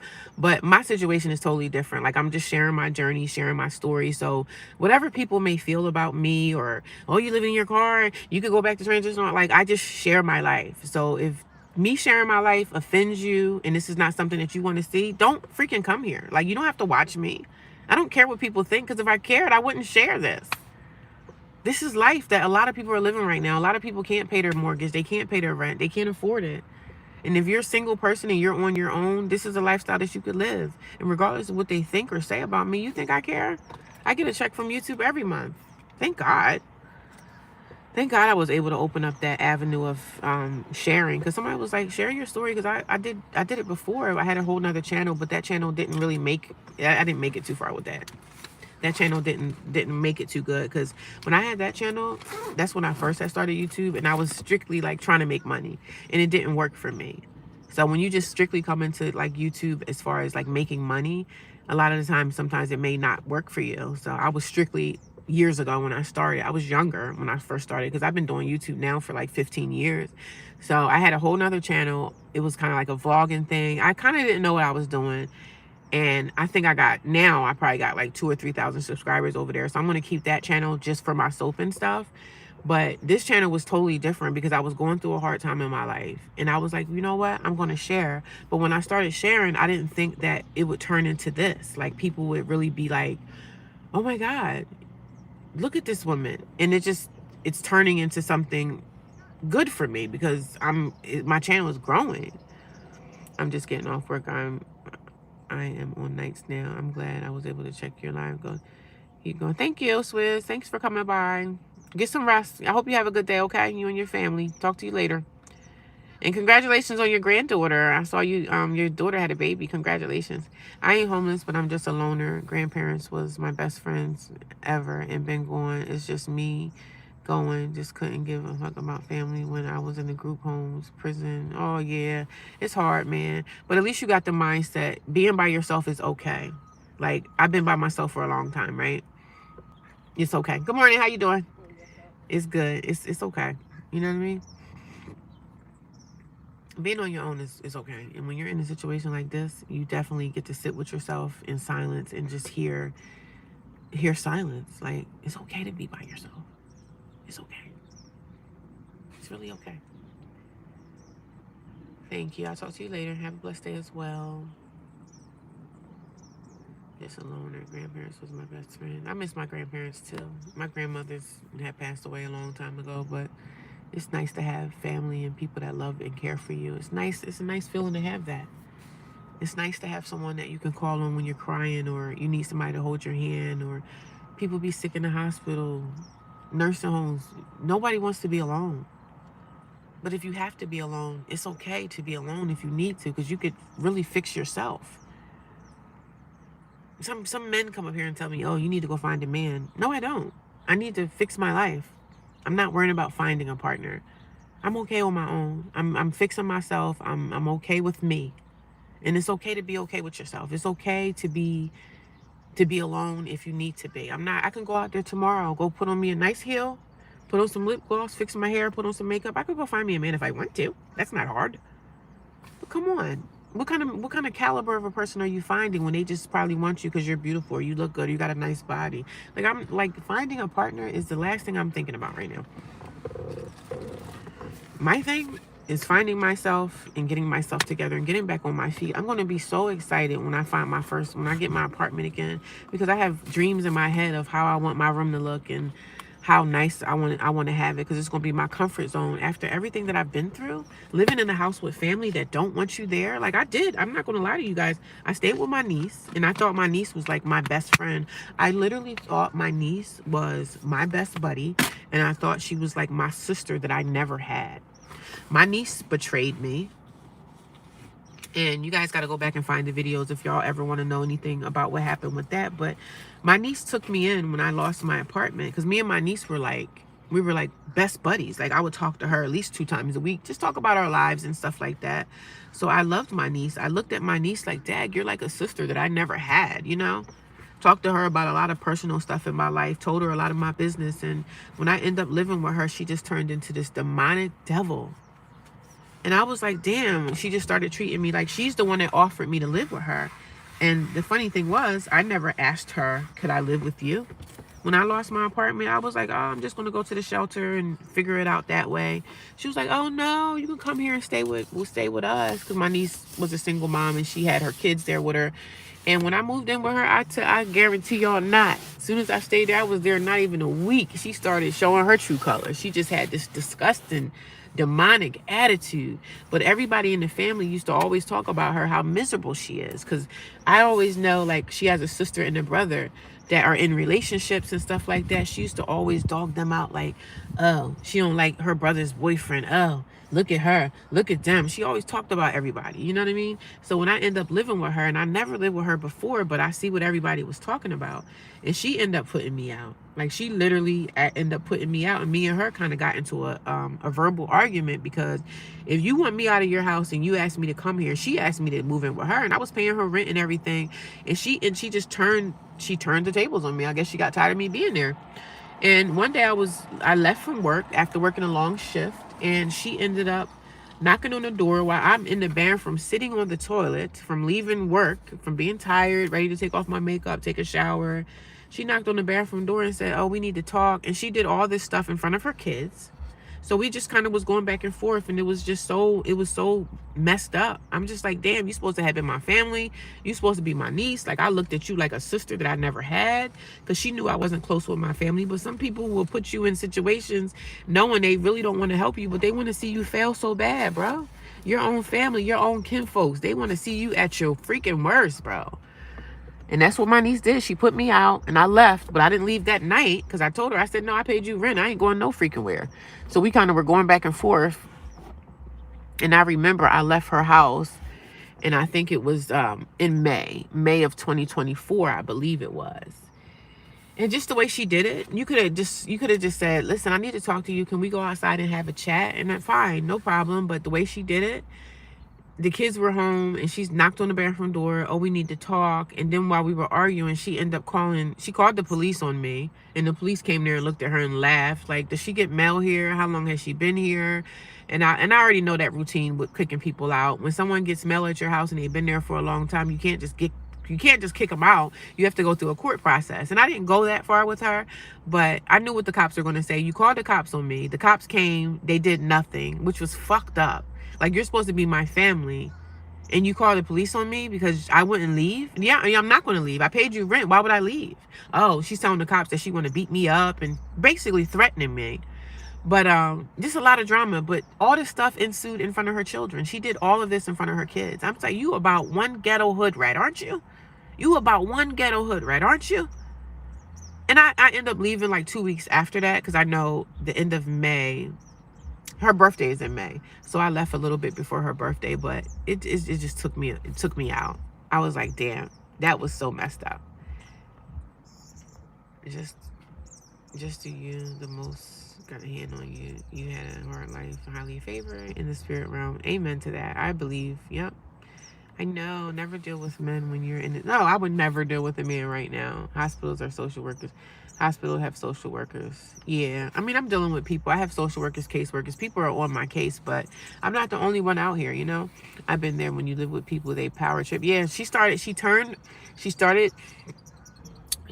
with her nasty demonic attitude, had started like 2 weeks after I moved in. It could have been a week, but she started acting like a bitch. And she would also treat her kids like crap in front of me. Like, she would do the same thing my mom would do. Because my mother, I told you guys that I'm adopted, right?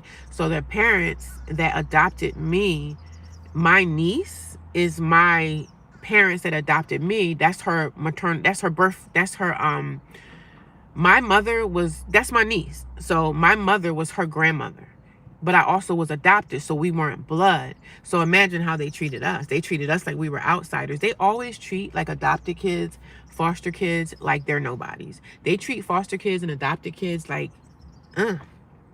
we're better than you because we got our mom, we got our dad. So my niece is actually she's like, I was adopted into the family, so she was my niece that way, but we were all raised together and we end up growing love for them. But my mother always favored them over us. You know, we were just the adopted little kids. You know, we were just the little rats. You know, we were just nobodies that, you know, because when you adopt kids and stuff like that, DIFAs, foster kids, they give you money for that.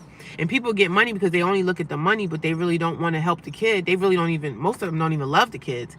They just want you because you're money for them. So I went through all of that stuff growing up. And my niece, I thought she cared about me. I thought she loved me. And I thought my niece was like a sister that I never had because I was never really close with my sisters. So for my niece to do what she did to me, I don't care if I ever see my niece again. And then while we were going through in the house, when she was trying to put me out, she called the cops.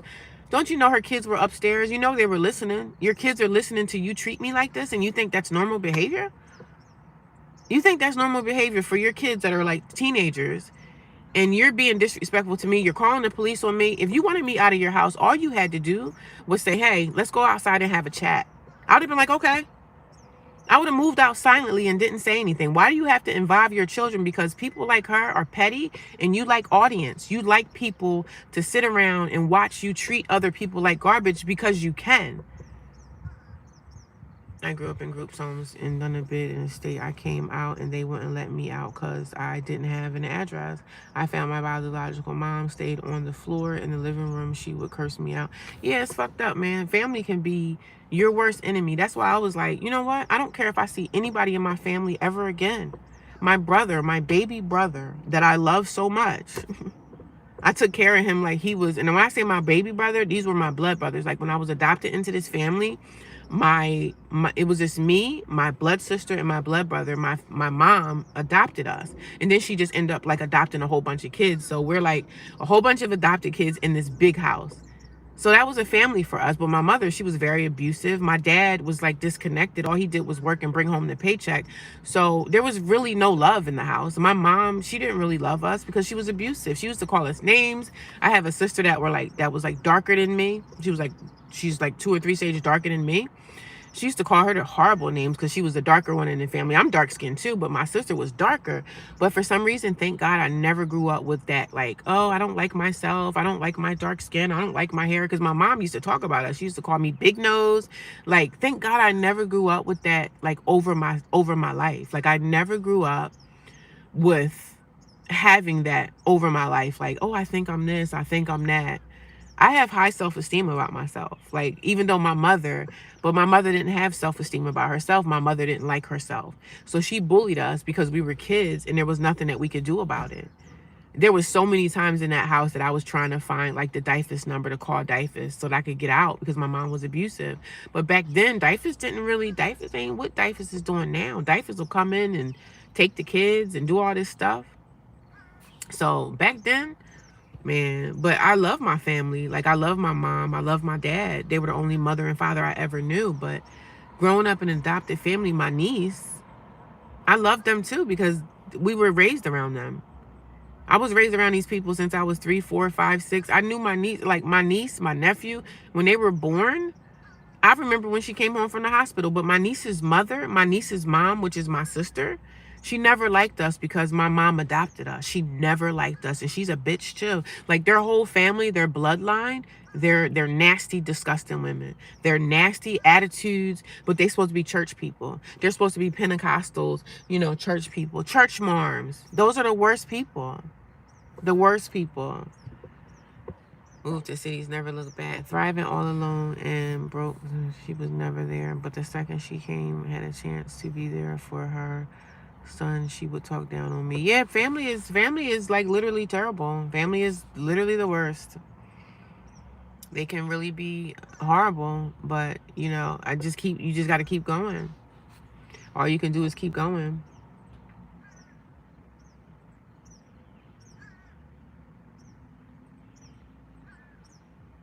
Some of the messages are blocked. Like, some of the messages, depending on what you put in the message, YouTube will block them. I have to look at the messages because I guess certain words that we use, they block them. So it's not me blocking the messages. And some messages are not like bad messages. But some things that people say in the chat, YouTube will block them automatically. So it's not me. Yeah, I'm not really in a position to move right now, but one day I probably will move to start another life. But, I'm in the same city, like the same town that I have family in a lot of areas that I travel. And if I go into Walmart or Target or wherever, I could potentially run into someone, but I really don't care what people think about me. Like, I'm out here on my own. I'm helping myself, me and God and my YouTube family, and that's it. Sometimes they say, sometimes your best friend would be a stranger, somebody that you'll probably never meet. When you gonna get? She seems trying to stop from gangbanging and selling, working in construction, but would never talk about the men she had over your own son. I just said, yeah, I understand. I've been through some of the worst family pain ever, but I'm sure a lot of people have. You know what I'm saying? But I just happen to share my story, so yeah, it kind of is what it is, right? What can you do? Just enjoy life the best you can enjoy, get out what you can get out. And I'm going back to work tomorrow, so when I go to work, it's like, it feels like I'm sheltered, like I'm here, like I'm okay, everything is going to be fine. Because when I'm at work, I don't dislike my job. I just dislike the people that I have to work around, because work is fake and phony anyway. So this is life, though. You just left with $20 to my name, no car, no, slept on the benches. Yeah, it's hard, man. But like you said, opportunity come from complete strangers. You got that right. They say nobody will support you like a stranger would. And that's weird, because a lot of people that do social media say the same thing. You'll get so much support from somebody that you'll probably never meet. You know what I'm saying? You get so much support and stuff from people like that, which is crazy to me.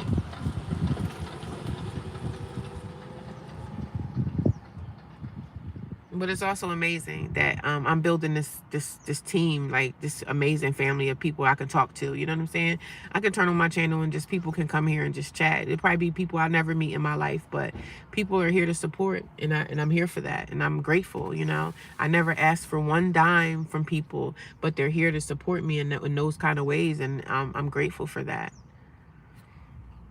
And other people are coming here and telling me the same thing. Hey, I'm homeless too. Or, yeah, I slept on the beach. I slept on the beach last night. Or I slept in my tent. I watch people that live in their tent. Like, people can really go through the worst seasons of their lives. But I stay strong because I believe in the power of prayer. So I believe in God. I believe in the power of prayer.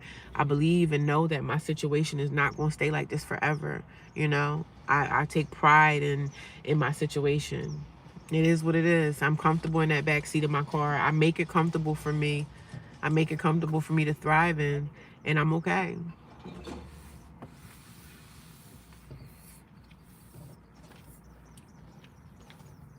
And also mixing that in with exercising and still tapping in, doing my yoga when I can. Since I'm out here, I can't really do yoga like I used to do it at the house. And good morning, how you doing? Good morning, thank God. But I'm going back to work tomorrow, so I'm happy about that. I'm going to take these nails off and I'm going to repaint them too. I'm just watching my Jackery because my Jackery is over there charging. So hopefully, since this is like a built-in, hopefully it'll charge pretty fast. But the Jackery was only at like 55%. So next week I'm going to go get me a tire. I need a tire. I need 3 tires, but I'm not going to get them all at one time. I mean, I should get them all at one time, but my money is kind of funny. So, but I'm going to get tires on this car because, child, I'm telling you, in this area that I've been in, so many potholes have been like everywhere, and I'd be so mad, like, oh damn it, a pothole. So, but I'm gonna clean my car out today. I need to vacuum this bad boy. It's just so much that I'm gonna do, but I'm excited about my journey. I'm excited about, like, even going back to work tomorrow. I'm like happy, you know, because work is like shelter, you know, shelter. I have access to a refrigerator. I have access to, the only downside about living like this is not being able to like cook a meal, because I'm a cooker, y'all know that, right? So not being able to cook a meal the way I want to, that's the downside about this lifestyle. Thank you for the gold medal. I shed a tear for you through you, though, man. You're in my prayers. Thank you. I appreciate that. Thank you guys for praying for me. Continue to send a prayer for Journey. I can see you got a good soul, and some of the dirty souls have everything. Yeah, I know. I know. But this happens to a lot of good people, you know. Even though I put myself in this situation, I did this to myself. Like when I lost my apartment, that's where it started, but I was still going through so much pain before that. Like I was in, like, even when I had my apartment before, at that time I was making good money because I had 2 jobs, and I was making good money, but I was going through a lot of stuff, like a lot of things. And then I lost my apartment. So that part I blame on myself. I blame myself, you know. So when you get an eviction, sometimes you can't get help because some people won't help you if you got an eviction, even though it's been like 2.5 years. January will be 3 years since my eviction. And I just sit sometimes and think like, damn, that went by super fast, even though I'm still in it, right? But I'm still so far along of everything that I've been through. I'm still so far along, even though I'm still homeless. I'm still so far from where I've come. It's been almost 3 years, and this year is almost over. Can y'all believe that? But I'm still so far along, man. I was homeless before I went to the military. And after I got out of the army for a while, then got a job and start receiving something because I'm a military veteran. Oh, yeah, congratulations. Thanks for your service, Alexander. Give yourself grace. Yes, I definitely give myself grace every day. I'm grateful. I'm grateful. I'm happy. You know, it might be some unhappiness. The unhappy moments that I have out here is not being able to cook me a hot meal. Even though I have my stove and everything, but that takes time because my pot, I need to take that somewhere. I have to clean it. I have to wash that. Maybe I could do it here. So I'm going to take the pot in here, wash that out, put it into a bag so I know when I'm ready to cook something that that's going to be clean. Like, you got to have clean utensils and everything. So here and there, like, I'll take my silverware into my job and just low key go wash stuff, you know, so people don't catch on. Because I don't want nobody at my job to be knowing I'm homeless or anything like that. And even if they found out I was homeless, I really wouldn't care, to be honest. So I take the utensils. I'm at this place so I can go into the bathroom and wash my pot out, wash my frying pan, and then I can figure out. I do have eggs at transitional housing, like where I moved out. I still have eggs there. So whenever I'm in the area, I'm going to get my eggs. I don't know how long you can keep boiled eggs, like an egg out, without it being in the refrigerator. I don't know how long you could do that without the eggs going bad. So maybe I'll Google that. But I do have eggs at transitional housing. So then I'm thinking maybe I can keep the eggs at my job too. Because I don't want to keep too much stuff at the job refrigerator. Because then people are going to be like, why she got all this food in here? But one thing I did say, I'm going to take some salmon. I'm going to get salmon from Sam's Club tomorrow before I go to work. I don't want to put a bag of salmon inside the freezer at my job. And they do have like, they do have ovens there, like They do have those ovens where I can cook my salmon. I have aluminum foil in storage, and I'm going to get some what do you call it? The oil. Because oil, you can keep oil. I can keep oil in the car without it going bad. I can't keep butter in the car without it going bad, but I can keep oils in the car. So I can keep my olive oil. I'm going to get some olive oil and keep in the car. That way I always have olive oil. And I'm just going to get some salmon, keep the salmon in the refrigerator at work. And I can make the rice out. So I'm going to figure out a way while I'm at work like 5 days a week to make me like some kind of meat. Like I can do that at work. I can put a piece of chicken breast in the air fryer and make it at work. You know what I mean? So yeah, but thank you for your service. We definitely appreciate you. But I'm grateful that I opened up and shared my story, and I'm going to continue to share. Like even when I get settled into a house or an apartment, a condo, wherever I end up, I'm still going to share my journey because it's still a journey. What about homeless shelters? I believe I'm going to move into a homeless shelter when it starts to get cold out here. They ain't got cooking places. No, shelters, you can't cook in shelters. The shelters provide you with food. It's not the greatest food, but it's food, so I'm grateful for it. But shelters they don't let you cook in there. There's not like a kitchen or anything where you can freely cook. But I'm going to go back in the homeless shelter probably sometime in September or October when it starts to get really cold out here. So I still have about, before it gets chilly, I still have maybe 3 months. I'm not saying stay in one because it's some nasty people there, but use them motherfuckers, mofos for their facilities. Yeah, I can, but I'm waiting. I'm going to wait it out as long as I can wait it out. As long as I can wait it out, I'm going to wait it out. You know what I'm saying? I'm going to stay out here and do what I got to do until I can't do it no more.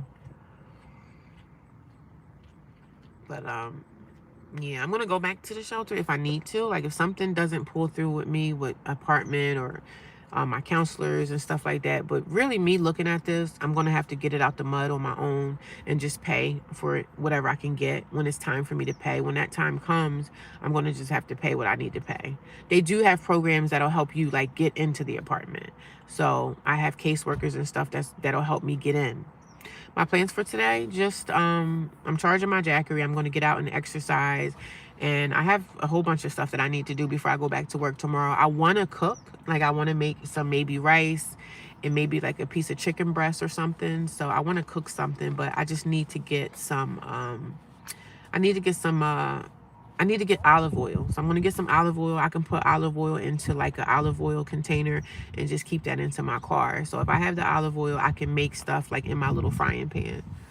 So that's what I'm going to do for today. Just getting ready for work tomorrow, really. I need to like wash my clothes and everything. I need to go to the laundromat and wash my laundry and stuff too. So that's my plan. And I'm going to exercise. As soon as that Jackery reaches 100 in charge, I'm going to get out and exercise. Because I'm not going to exercise while my Jackery is charging because somebody could steal it. So that's what I plan on doing today. I'm going back to work tomorrow. I need to go to the laundromat. Just, yeah, olive oil is good because I have to have some kind of oil that I can keep in my car, especially if I'm going to be cooking stuff. Like if I'm going to be cooking something on my little, I told you guys that I have this. I'm going to show y'all my little grill thing, right? So I got my pot. Even though this is a big pot, I need a smaller pot. I might have to get a pot that I had at my transitional housing. It's a smaller pot, but this is actually a bigger pot, and I really don't want to work with this big pot because I think it's too big. But I have a frying pan, like a mini frying pan, and I have a bigger pot. And then I have this single burner propane stove. I have this. And then I have a pot and I have a frying pan. That's all you really kind of need is like you need a pot, like a small pot, and a little frying pan because it's just me that I have to cook for. It's not like I'm cooking for 100 people. So I'm going to show y'all my pot because people were walking by, so I didn't want to bring out the pot while everybody's walking past me. But I have this pot. I can make rice in this, but this pot is so big. And if I make rice, if I'm able to make something today, I can make enough rice. Well, I don't have a refrigerator to put it in, so I shouldn't make rice today. But I can make rice. I have a smaller pot at transitional housing. When I go back to get the rest of my stuff, I'm going to get that pot too, because that's a smaller pot. It's a little tiny mini pot. It will work better for me. It's raining here too. Well, it's not raining now, but it was raining. It's my avocado. Got my little fruit basket here in my car. You figure out ways. And then I have this frying pan. I could fry an egg or maybe saute some vegetables or something on it. And then I have my Ozark Trail outdoor camping equipment, which I haven't opened this yet. But maybe I should open it now to see what it looks like. I'm going to open it.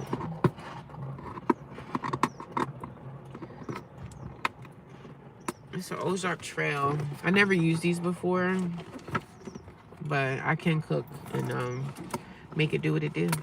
I know how to survive if I need to. And also, I want to train myself. I want to go out in the woods one day and find out a place that I can figure out how to make a fire. Like, I want to learn how to survive that way, too. I want to learn how to do all those things. And it's coming up on that season, like people are camping. It's coming up on the camping season. And I think I have like 2 weeks worth of vacation at my job that I have to use by the end of the year. So I'm going to save up some extra money and I'm going to go on a camping trip. I'm probably going to rent a car so I don't have to put all the miles on my car. So I'm gonna go up into the Appalachian Mountains and go hiking up there for my vacation days. I don't know if I want to go up to Maine. I'm going to drive and do like a camping trip. And you guys will come with me. But if I go up into the mountains, I'm probably not going to get too much Wi-Fi up there. But I want to go camping. I want to go to the Appalachian Trail. I want to go take a road trip on my vacation days. Because I think I got like 2 weeks worth. When I go back to work tomorrow, I'm going to find out how much time I have left. And I'm going to go hiking, but I'm going to go up into the real mountains, you know. Flick the bean today. What's that mean? What does flick the bean mean? I don't know what flick the bean means. You have to elaborate. I don't know. And I got my seasonings and stuff at the house, so I need to go back and get all my stuff. Be careful and enjoy when you go. Yeah, I will. You'll get it later. You'll get it later. What are you talking about? That's what's up. What is your passion, though? If you had choices to study a degree, what would you... I'm not really a college person, so I don't want to study. I don't want to study. I just want to grow my soap business. And I have a few other things that I want to do that I don't really have to be educated to do. And I'm not saying there's nothing wrong with education, but it's just not really my thing. So this is what it looks like. It's a burner. It's really just an eye, like an oven. And I would put the thing under here, I guess. And then I can cook. It's a burner. It's cool.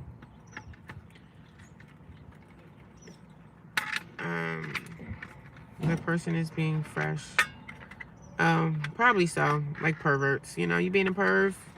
Are you being a pervert? So this is the burner. This is what it looks like. It just looks like an eye on a stove. And I just have to get the thing to put on here and then I can cook. Cool. I'm gonna put this back in the box. That's why I didn't really want to open it, but we're gonna put this back. Put this back somehow. See if I can put it back in the box. I should have never took it out. That's why I didn't want to, but I'm gonna get the gas can today. And hopefully I can cook something today because I had Applebee's yesterday. And I'm sick of eating out already, and it's only been a couple days. I don't want to continue to eat out. I'd rather have a home cooked meal, somewhat of a home cooked meal. And I have a big old bag of rice, so I have plenty of rice for me to make rice. Even if I just make rice and vegetables one day, that's fine. Like, I could do vegetarian. I don't always have to have a meat in my food, but I do like to eat meat. You know what I mean? I do like to eat a nice little piece of meat, honey. But I know how to cook, so I can whip up something. But I just got to figure out where I'm able to cook these things at. Like, nah, I get it. I was trying to figure out what your passions were, but you're so well spoken that I thought that degree route. I don't really want to go to school. School is not really my thing. I have my soap business, and that is my passion. That's what I want to do and continue to keep growing that. And I have another thing that I'm doing, but I'm not saying anything about it yet until I get what I need to get. So I don't want to put something out there and tell people, oh, I want to do this. And if I try to do it and it flops, then people are going to like laugh in my face. So I have other things that I plan on doing. So I'm not just sitting here in the car, just, you know, just nothing in life. Like, there's plenty of things that I want to do, and my soap business right now is my biggest thing. My soap business, and also another venture that I want to do, but I'm not speaking about it yet. But really right now it's just my soap business and getting housing. That's my biggest thing that I'm focused on right now. I'm not really a school person. Oh, really? Okay. Well, he's getting blocked. These people are so stupid. These trolls literally have nothing better to do than come in here and just say stupid stuff to women. And it's so funny because these things that these nasty trolls will come in here and say in chats, they better watch out, because you can find yourself on the offender registry if you keep playing, because it's easy to find people. Amy's is a brand that sells organic products. They sell easy to cook. Lentils. Yeah, I have lentils at the extended, well, at my apartment. And see, when I'm out here, I'm not going to be making beans, right? If I make beans, they're going to have to be canned beans. So I couldn't make certain things because it takes forever to make beans. Now, I can make beans from scratch if I was in a house. It's different, but I wouldn't make beans being out here. I would make canned beans. And I could go to any like food pantry and get me canned beans with no problem. So she sells organic product. I love lentils. I think they may work for you as well. Yeah, I love lentils. Keep it to yourself and do the same when you tell people. It's kind of bring. Yeah, my soul business is the main thing that I want to do right now. And I don't really have time for anything else. I was thinking about maybe getting my CDL, but do I even have time to do that? I want to get the CDL book and study that. I think I do want to go the CDL route and get a CDL and see what happens in my future with that, to just have something else to fall back on in my life. But I do want to get my CDL. But I'm also scared. Like, I hate testing. I don't like any of that. I'm scared and nervous about that. This is a nail polish. It's still fine. It's just thick. This is so pretty. I want to paint my nose with this again, but it's starting to clog up. What Amy's brand of lentils are you already cooked? There are organic in Kansas. Oh, okay. The brand name is Amy's? Okay. I have to find that out and see where I can buy it. But right now, everything with me has to kind of be like canned stuff. Like, as far as beans, I would have to get a can of beans. But like I said, being in the car, I don't have access to a refrigerator. So whatever I cook, I have to eat like right away. You know what I mean? So I can keep up to like salmon, some fish. But I can also do just vegetables and beans. It's easy stuff. But I still want to have fresh food. You can still have fresh food being homeless. You know what I'm saying? You can still do it.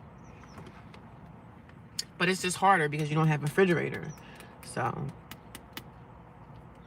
and being on this journey, it's good to like get yourself into just having like one meal a day. You know what I mean? Let me go check my Jackery and see what's going on with that. Because I got to get ready for my day. And all I seem like being in my car, all you see like you do is drive, you know, drive all day. We just drive around. I go to Walmart and stay there for a couple hours. I go to the library.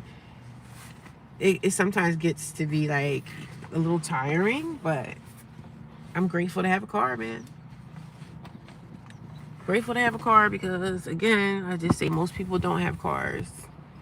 What's CDL? CDL is when you drive a truck. Like, you can get a CDL to drive a truck or some type of commercial vehicle.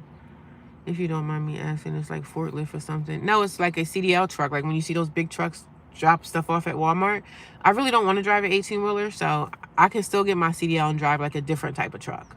Like a box truck. I don't know if you need a CDL. I don't think you need a CDL for a box truck. Good morning. How are you?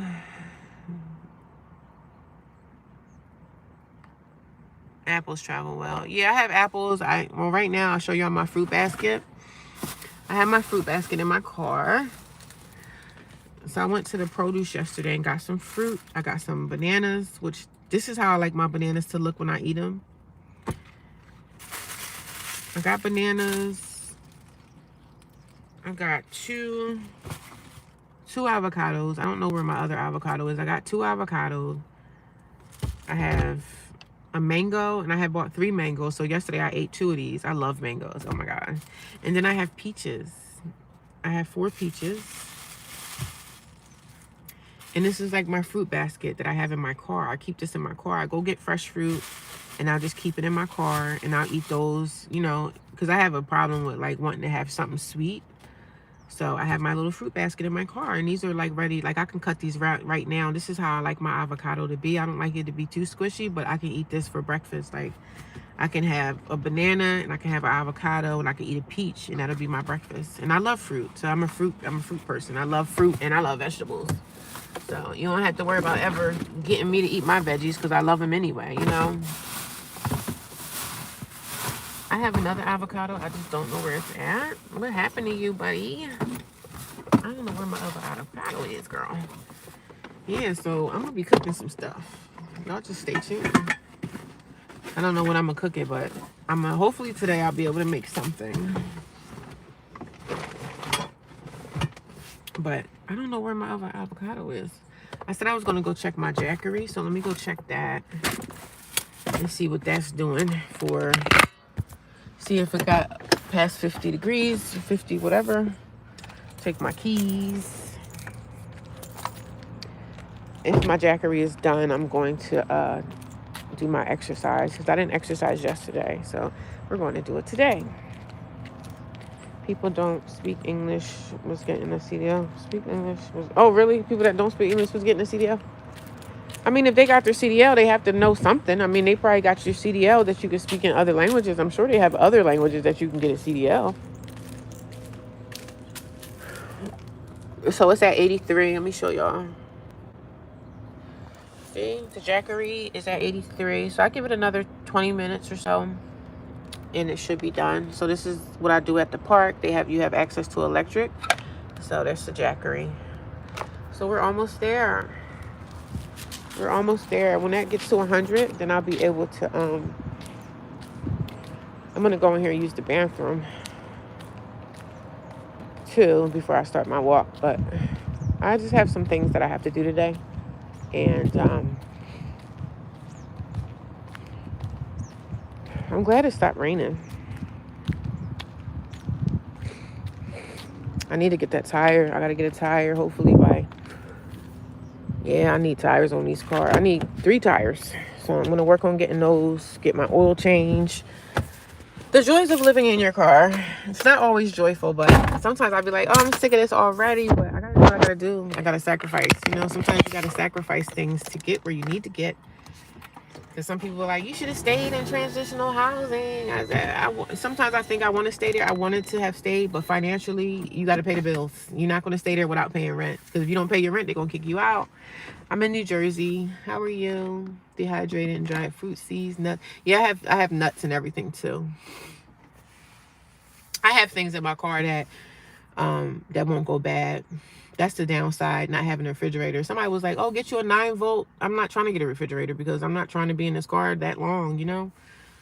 I'm not trying to do all that extra stuff. I live in my car now temporarily. Hopefully about 2 or 3 months I can get through this and just continue to exercise and work out and just try to get into the best shape of my life and just go from there. Like, I'm not trying to stay here long term, you know? Yeah, I'm not trying to stay in my car long term.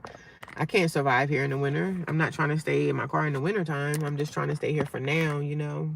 I don't know why this thing is in the way. That thing is like... I'm not trying to stay in the car for long because it's uncomfortable. I would like to be sitting on the sofa, you know what I mean? But right now, unfortunately, I can't. Yeah, I'm in New Jersey. I used to not tell people where I was at, but I don't care anymore. I'm not trying to hide it, but I'm not always trying to pronounce it. But, you know, I'm in New Jersey. I used to never tell people where I was, but it doesn't really matter anymore.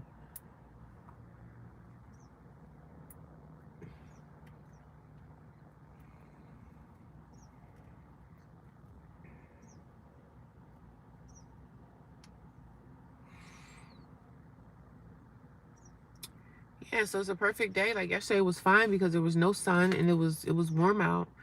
It was doable, you know? It was doable weather. It was doable weather. I need to take a shower too. Because I'm going back to work tomorrow, so I definitely got to take a good shower tonight. And Planet Fitness closed at like, what, 10 o'clock? I think they close at 10 or maybe 9. So I got plenty of time to get there to the gym and take a nice shower. I got my shower shoes. I got my towels. I need to go to the laundromat. Just everything. But I really don't want to buy any food because I bought Applebee's yesterday. And I like Applebee's. Like, I like their appetizers. I get like the dipping stuff. Like, I like Applebee's, but I don't want to eat out every day. Like, this is crazy. You save some money. I can go to the butcher and probably get me a chicken breast or something. I don't have to buy like a whole pack. And see, I don't think grocery stores sell like one chicken breast. I think they sell like maybe two, you know. I don't need two chicken breasts. I just need one. Because it's not like I have a place to put the chicken breast. I don't have anywhere to put it. If I make two chicken breasts, it has to sit in my car until I go to work, and it's going to go bad. So I can't mess around with chicken, you know. So I can't. Spinach artichoke dip. Yes, I love that. That's like my favorite. That's what I had yesterday. I had an appetizer from Applebee's, and I think that came to like $19. So I'm not going to be buying food every day. I can't do this. That's why I got fruit, because I can survive on fruit throughout the day, like in the morning. And then for dinner, I'll try to make me a little small meal, make some rice, you know, because you can survive off of rice and stuff. You can survive on rice and beans and some chicken on the side. Like, whatever I can make, I'm going to make it. I have my knives, I have forks, I have all my utensils, I have everything I need. I just need to get the food and actually take time to figure out, okay, so if I'm going to make this stuff, where am I going to do this stuff at? I watch a lot of YouTubers, especially a lot of Canadian YouTubers, but a lot of them, they're cooking in their cars or cooking outside, but they're like in the middle of the woods. I don't know any places around where I'm at that you can just go into the woods with your car and camp out. They do have a few places, but some of them places can be suspect. I don't know if that's some kind of bug. I hate when bugs get in here because you're gonna die. I'm gonna squash you. I'm gonna squash you. I can't wait to get out and exercise. And spinach artichoke dip is my favorite. I can't wait to move so I can make that for the first time. I love the spinach artichoke dip. As soon as I said Applebee's, you must have known. I think all the stores like that, like all the like Applebee places, they have spinach artichoke dip. But I really love their stuff. I just had the little appetizers. I think I had the little appetizers where it had like all the little hand pieces, and it was like $19. But imagine me spending that every day on food. I'm not doing that. Like, I'm going to fast. I'm going to eat my fruit during the day. And then I'm going to, in the afternoon, I'm going to try to find a way to make me a piece of salmon or a piece of chicken breast or something. Like, I can do this. You know, I keep peanut butter. I keep all types of things to help me survive, you know. And I'm not going to be eating at fast food places every day, burgers. I'm not doing that crap every day. It's so unhealthy for me. And I don't want to be like that. I don't want to be unhealthy. But this lifestyle, you're going to have to get you a burner and make some stuff on your own, because it's cheaper, number one, but it's also healthier. So I'm trying to do the healthy route as much as I can do. I have beans. I have some canned goods that I already have in my storage. All I got to do is open them up. The only thing is, when you cooking, like, not having access to water. So when I cook certain things, I'm going to make sure I have gloves on my hands. I have a lot of gloves that I can use, you know, because I don't have access to water to really wash my hands right. But of course, when I get chicken, I got to go somewhere and wash it off, you know. So that's the thing about cooking out here. You have to make sure that your food is, you know, clean. Your pans are clean. So I'm going to go into the bathroom when I get done doing my exercise and wash my pans out. But yeah, I'm going to try to just do live streams every day as much as I can when it's not like 100 degrees out here. Because when it's really hot, my phone is going to be overheated. Because even now, my phone is really hot. So, but yeah. I keep water. I keep gallons of water in my car. I keep at least 2 gallons of water in my car every day. You know, water is not going to go bad, but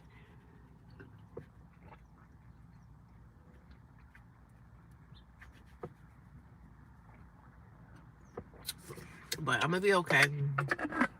I just let a lot of stuff out of my life, like a lot of things that a lot of people that would text me, and I would still have people texting me, asking me for favors. Like, people in my family would ask for stuff, and I'm not helping anybody right now. I'm really just focused and worry about myself. There's been a lot of people in my phone that I blocked. I blocked them. Because how are you asking me for help when I need help myself? You know what I'm saying? How the hell you do that?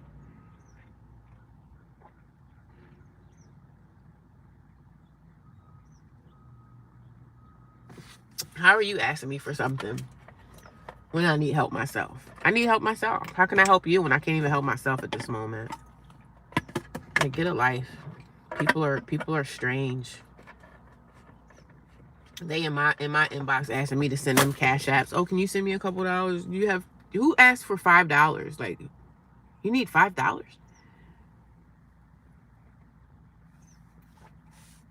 Like, I'm sorry, I can't help anybody because I can't even help me right now. I'm struggling to.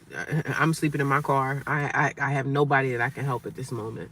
Like literally nobody. But people would still ask me for money. Like people would text me and say, "Hey, do you have this? Do you have that?" And I can't help anybody right now. I can't even help myself. I definitely can't help you. Just stay off the narcotics while you're driving. You don't need an accident. Narcotics? I don't use narcotics. What are you talking about?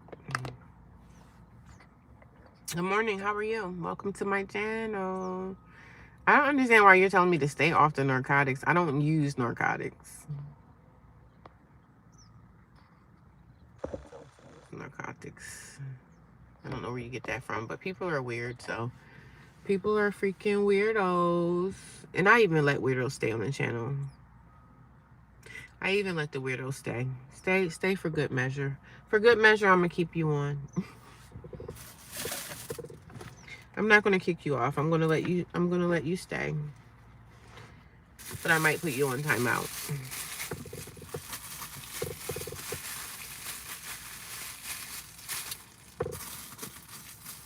I always keep like bread. I don't really eat a lot of bread though. But you know, a nice peanut butter and jelly sandwich is good. You know what I mean? Because if you don't know how to survive, you're gonna learn how to. You know what I mean? If you don't know, you're gonna learn, and you're gonna learn real fast.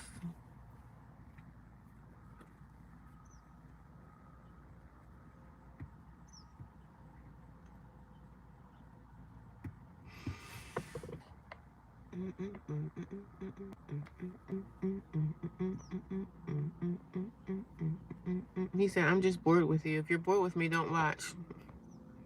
People are so strange. These trolls are just, I'm just bored with you. We'll go somewhere else and watch someone that you're not bored with. Go to another live stream. Hello. But I appreciate you guys. Thank you for all the gifts. I appreciate you guys. Thank you. Dehydrated dry fruits and seeds and nuts. Yeah, I got nuts and everything. But I'm going to be getting off soon. As soon as that Jackery reaches 100, I'm done. I'm going to let my phone charge. But I need to get out here and exercise. I need to get out here and do some cardio. There we go. I just be having too much stuff. I really do. I think I got a little bit of stuff, but I actually, you know why? My storage is messed up because I got my bed back there. I got my bed in the back. That's why I feel like, because the bed, it rolls up, so it definitely takes up that whole back area. So, and I can only put my storage on the second seat, but I still think I have a lot of stuff. And every time I turn around, I'm taking stuff back to storage, and I'm getting rid of this, and I'm getting rid of clothes that I really don't wear. So I'm trying to ration down and just get rid of stuff. And that's what I'm doing. It's definitely what I'm doing.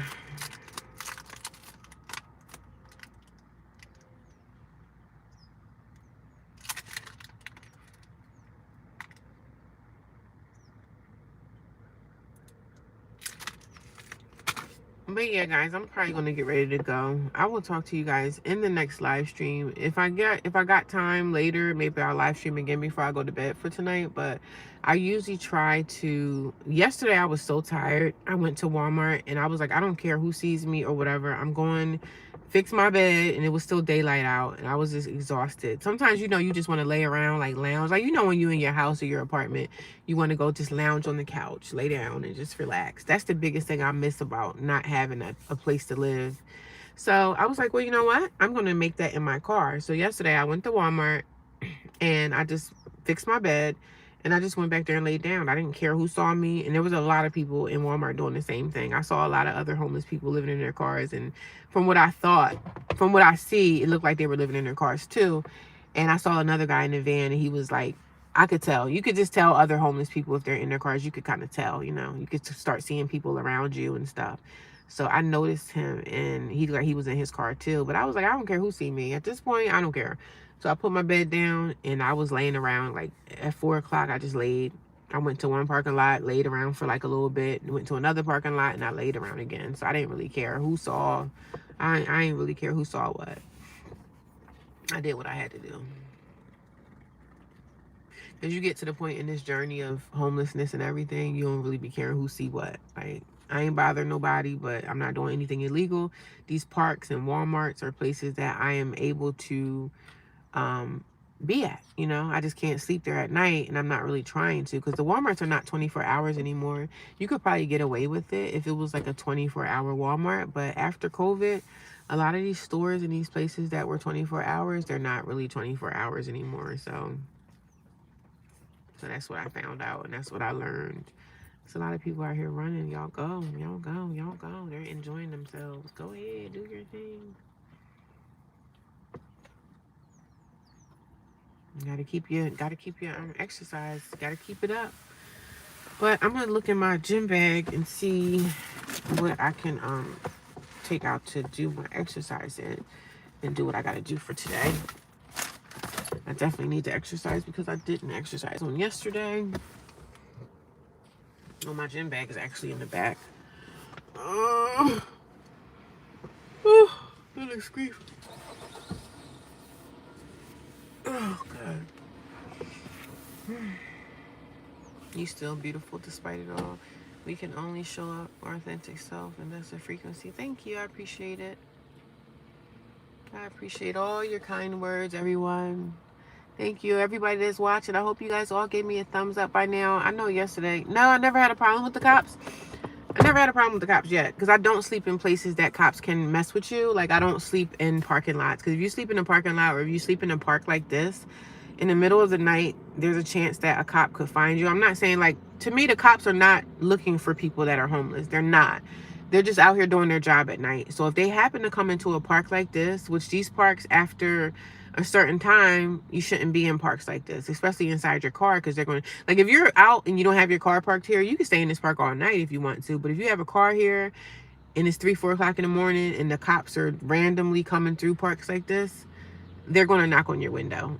They're going to be like, you know, you shouldn't be sleeping here. But I never had a problem with the cop knocking on my door since I've been out here. I've only been out here 5 days, but I don't park in areas that a cop could bother me. Like, I sleep in an apartment complex. I go to an apartment complex at night and I go to sleep. I put my bed down, I sleep, and I get up and leave by the morning. So nobody even knows I'm there. Because most of those people in these apartments, they're working people. They're working hard. People working 2, 3, 4 jobs. They're not concerned about my car being outside. So, you know, and I'm not out there making a fuss. I'm not, you know, I'm not bringing attention to myself. I'm low key. I'm just chilling. So I'm not bringing attention to myself or my situation. Nobody knows I'm in my car unless they actually come up to my car and look in.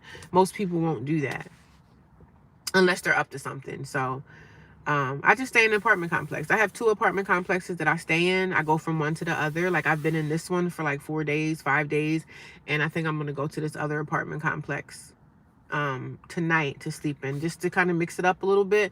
But apartment complexes are, to me, the best. Thank you for the hearts. I see them coming in. So no, the apartment complexes, the cops are not driving around apartment complexes looking inside cars to see who's homeless. They're just not doing that.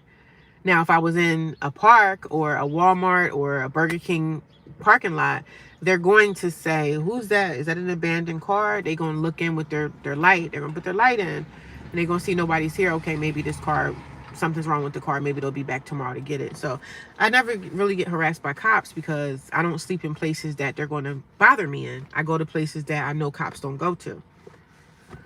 Cops are only going to come to an apartment complex if it's a fire or someone called the cops. But again, the cops are not going to be looking for, let me see who's sleeping in their car in this apartment. They're not doing that because they got other things to do. So, you know what I mean?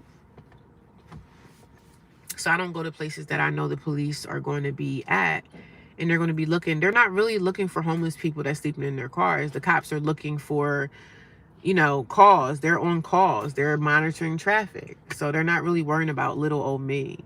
What about you when I get a little place together? I don't know you to get a place together. So you're a stranger. So yeah, I don't know you to do that. But yeah, I'm low key, I'm quiet. I'm not with the mess. I just be minding my own mind. I be out here not causing nobody no trouble. I exercise. I go to work, and I'm happy to go back to work tomorrow. So, and I'm happy to go out here today and do my exercise. And that's it, really.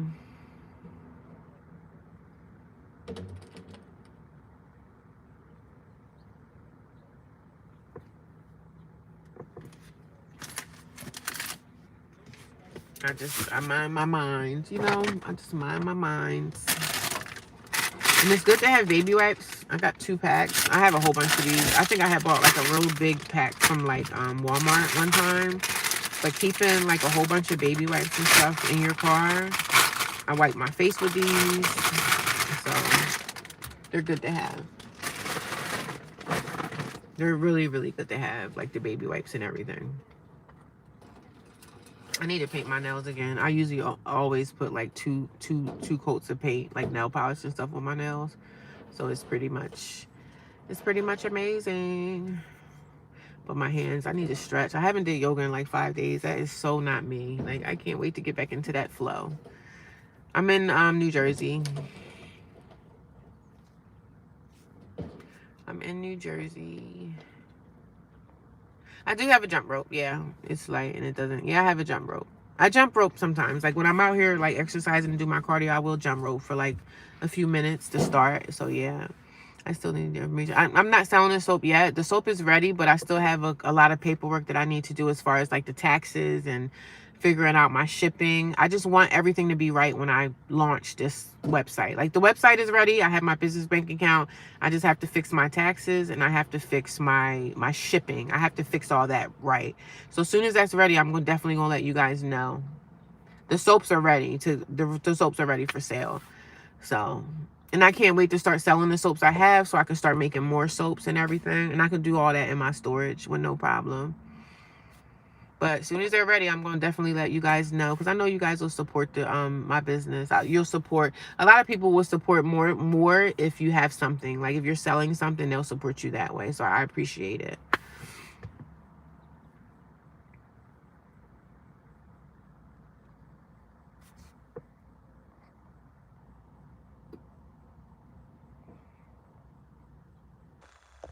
Just going back in my comments. Let me go all the way back to the beginning. I guess a lot of people just left because they're going to work.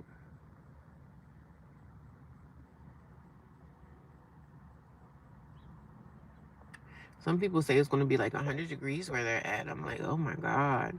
That's the only downside of being in your car is when it's real hot. You can't stay in your car when it's hot like that. I got to go to a library or a mall. You have to make something of your day. Is it for sensitive skin? Yeah, I do have soap for sensitive skin. I have soap for people that have eczema and everything.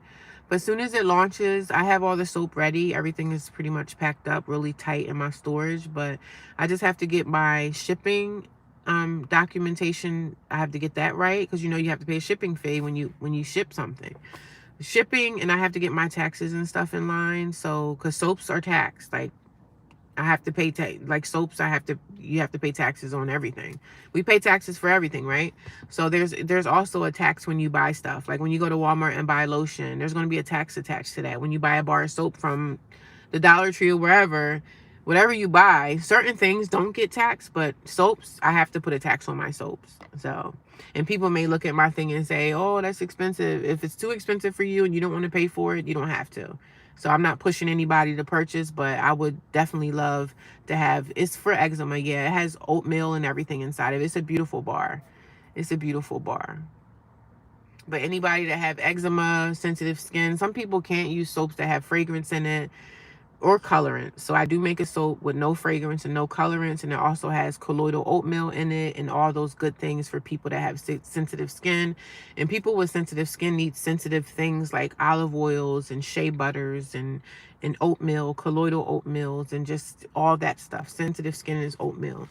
Oh, thank you so much, Hornet. I appreciate that. So I do have a soap for that, and that's the only soap I have that's unscented. I have a lot of stuff. I have a turmeric soap. I have all that stuff, and I can't wait to start like wrapping my like shipping everything. But I have to get the back end as far as my paperwork stuff. I have to get all of that in line. So when all of that is in line, the website is up and it's not ready to go yet, but soon it will be. So soon as it's out, y'all gonna be the first to know. And I can pack orders at the library. I can pack orders at the post office. Like, just because you're homeless don't mean that you can't run a business.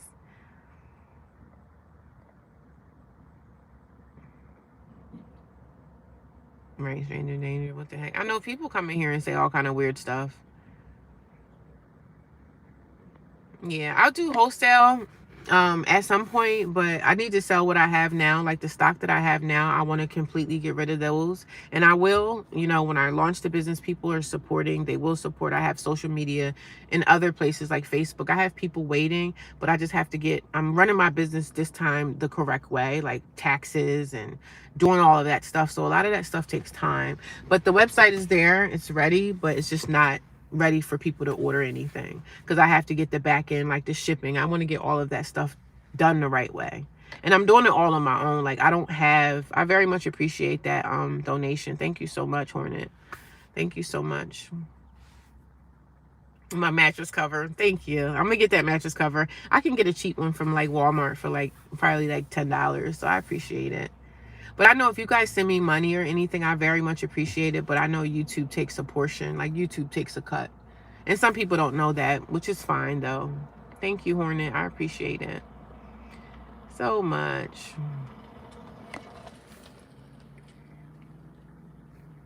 But everybody's coming out to the park. I need time for me to get out here and do something, child. It's going to be a beautiful day. You're still here. Thank you, Gina.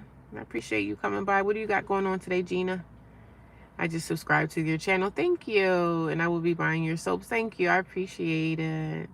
I can't wait to get the soaps, because the soaps has been, I had the soaps for a while, but me leaving transitional housing kind of stopped that. But you can still run a business. All you need is a storage. Put your stock in storage, and when you get your order, sell it through that way. Like I can do stuff. I can print out my shipping labels at work. I can print out my shipping labels at the library. Like you can still run an effective business, still being being homeless. You can still run a business, And so my battery low. My battery is dying, but that's okay. I'm trying to stay on as long as I possibly can. It's 107, well, 167. I've been on here for probably about 2.5 hours, almost 2.5. I'm still trying to get my Jackery to charge up.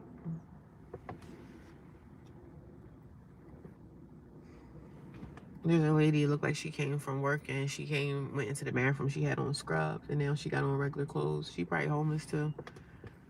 Because she came here, she had on scrubs and now she changed out of her scrubs into her regular clothes. So she probably living the same life I'm living, girl.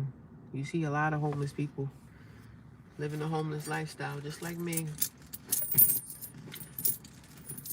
But yes, it gets tiring. Sometimes this lifestyle can get to be a bit much, but I'm doing the best I can do. And I appreciate all the support from everybody. I really do.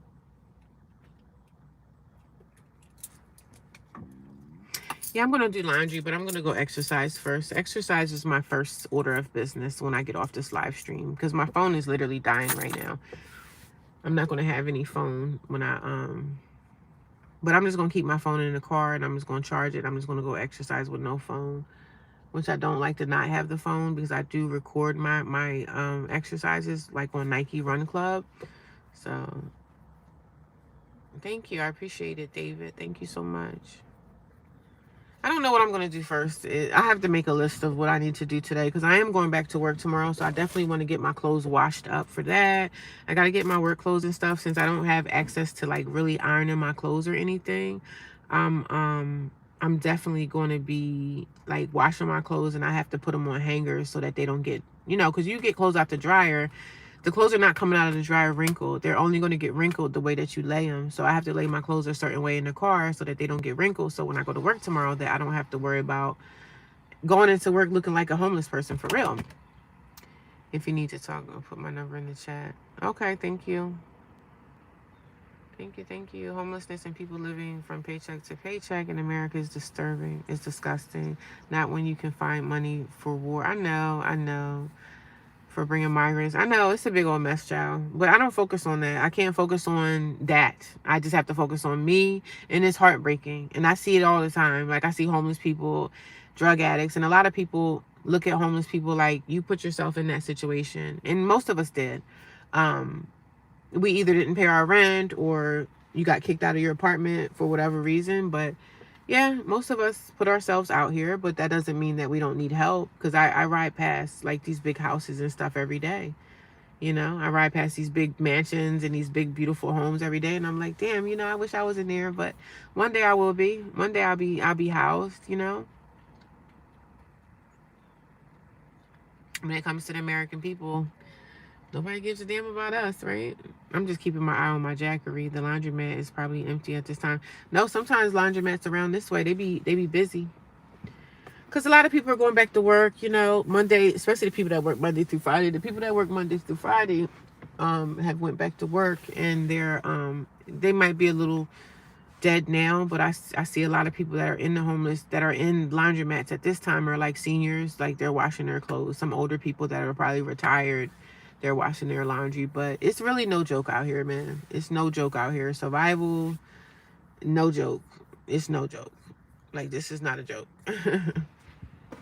And I don't take it as a joke, and I definitely don't play it as a joke, because being homeless is not fun. It's not fun, and it's not funny. But if you ever find yourself in this position, you can be okay. You can make this. You can make it work, because I make it work.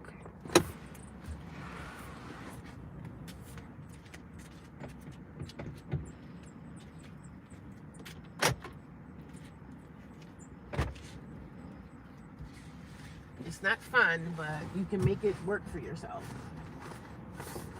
I'm trying to find my gym bag. Put all this stuff up, but my gym bag is back here somewhere. Where the heck are ya? This is what I be tired of. I'm losing my stuff.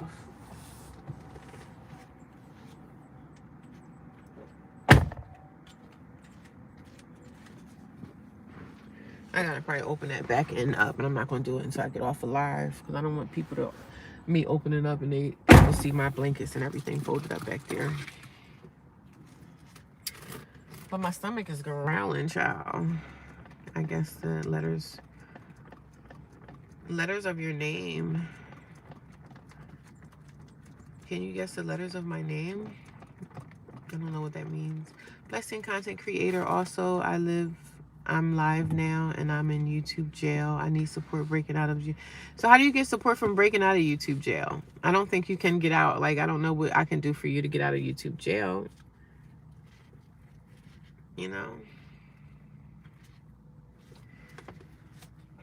How are you live, but then you say you're in YouTube jail? How does that work?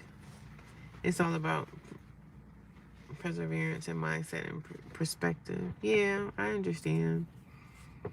First letter. Oh God, here we go. Some dumbass guy. Here we go.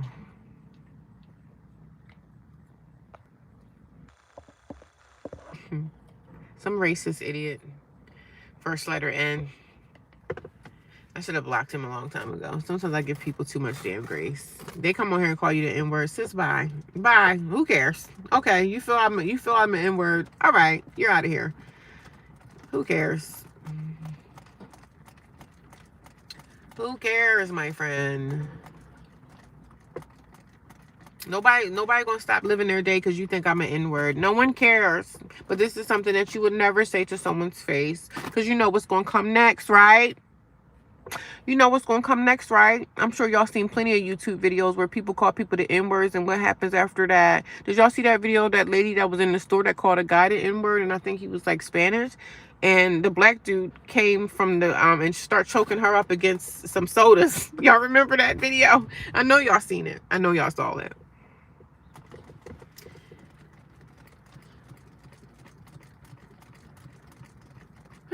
Let's go out here and battle this world, y'all.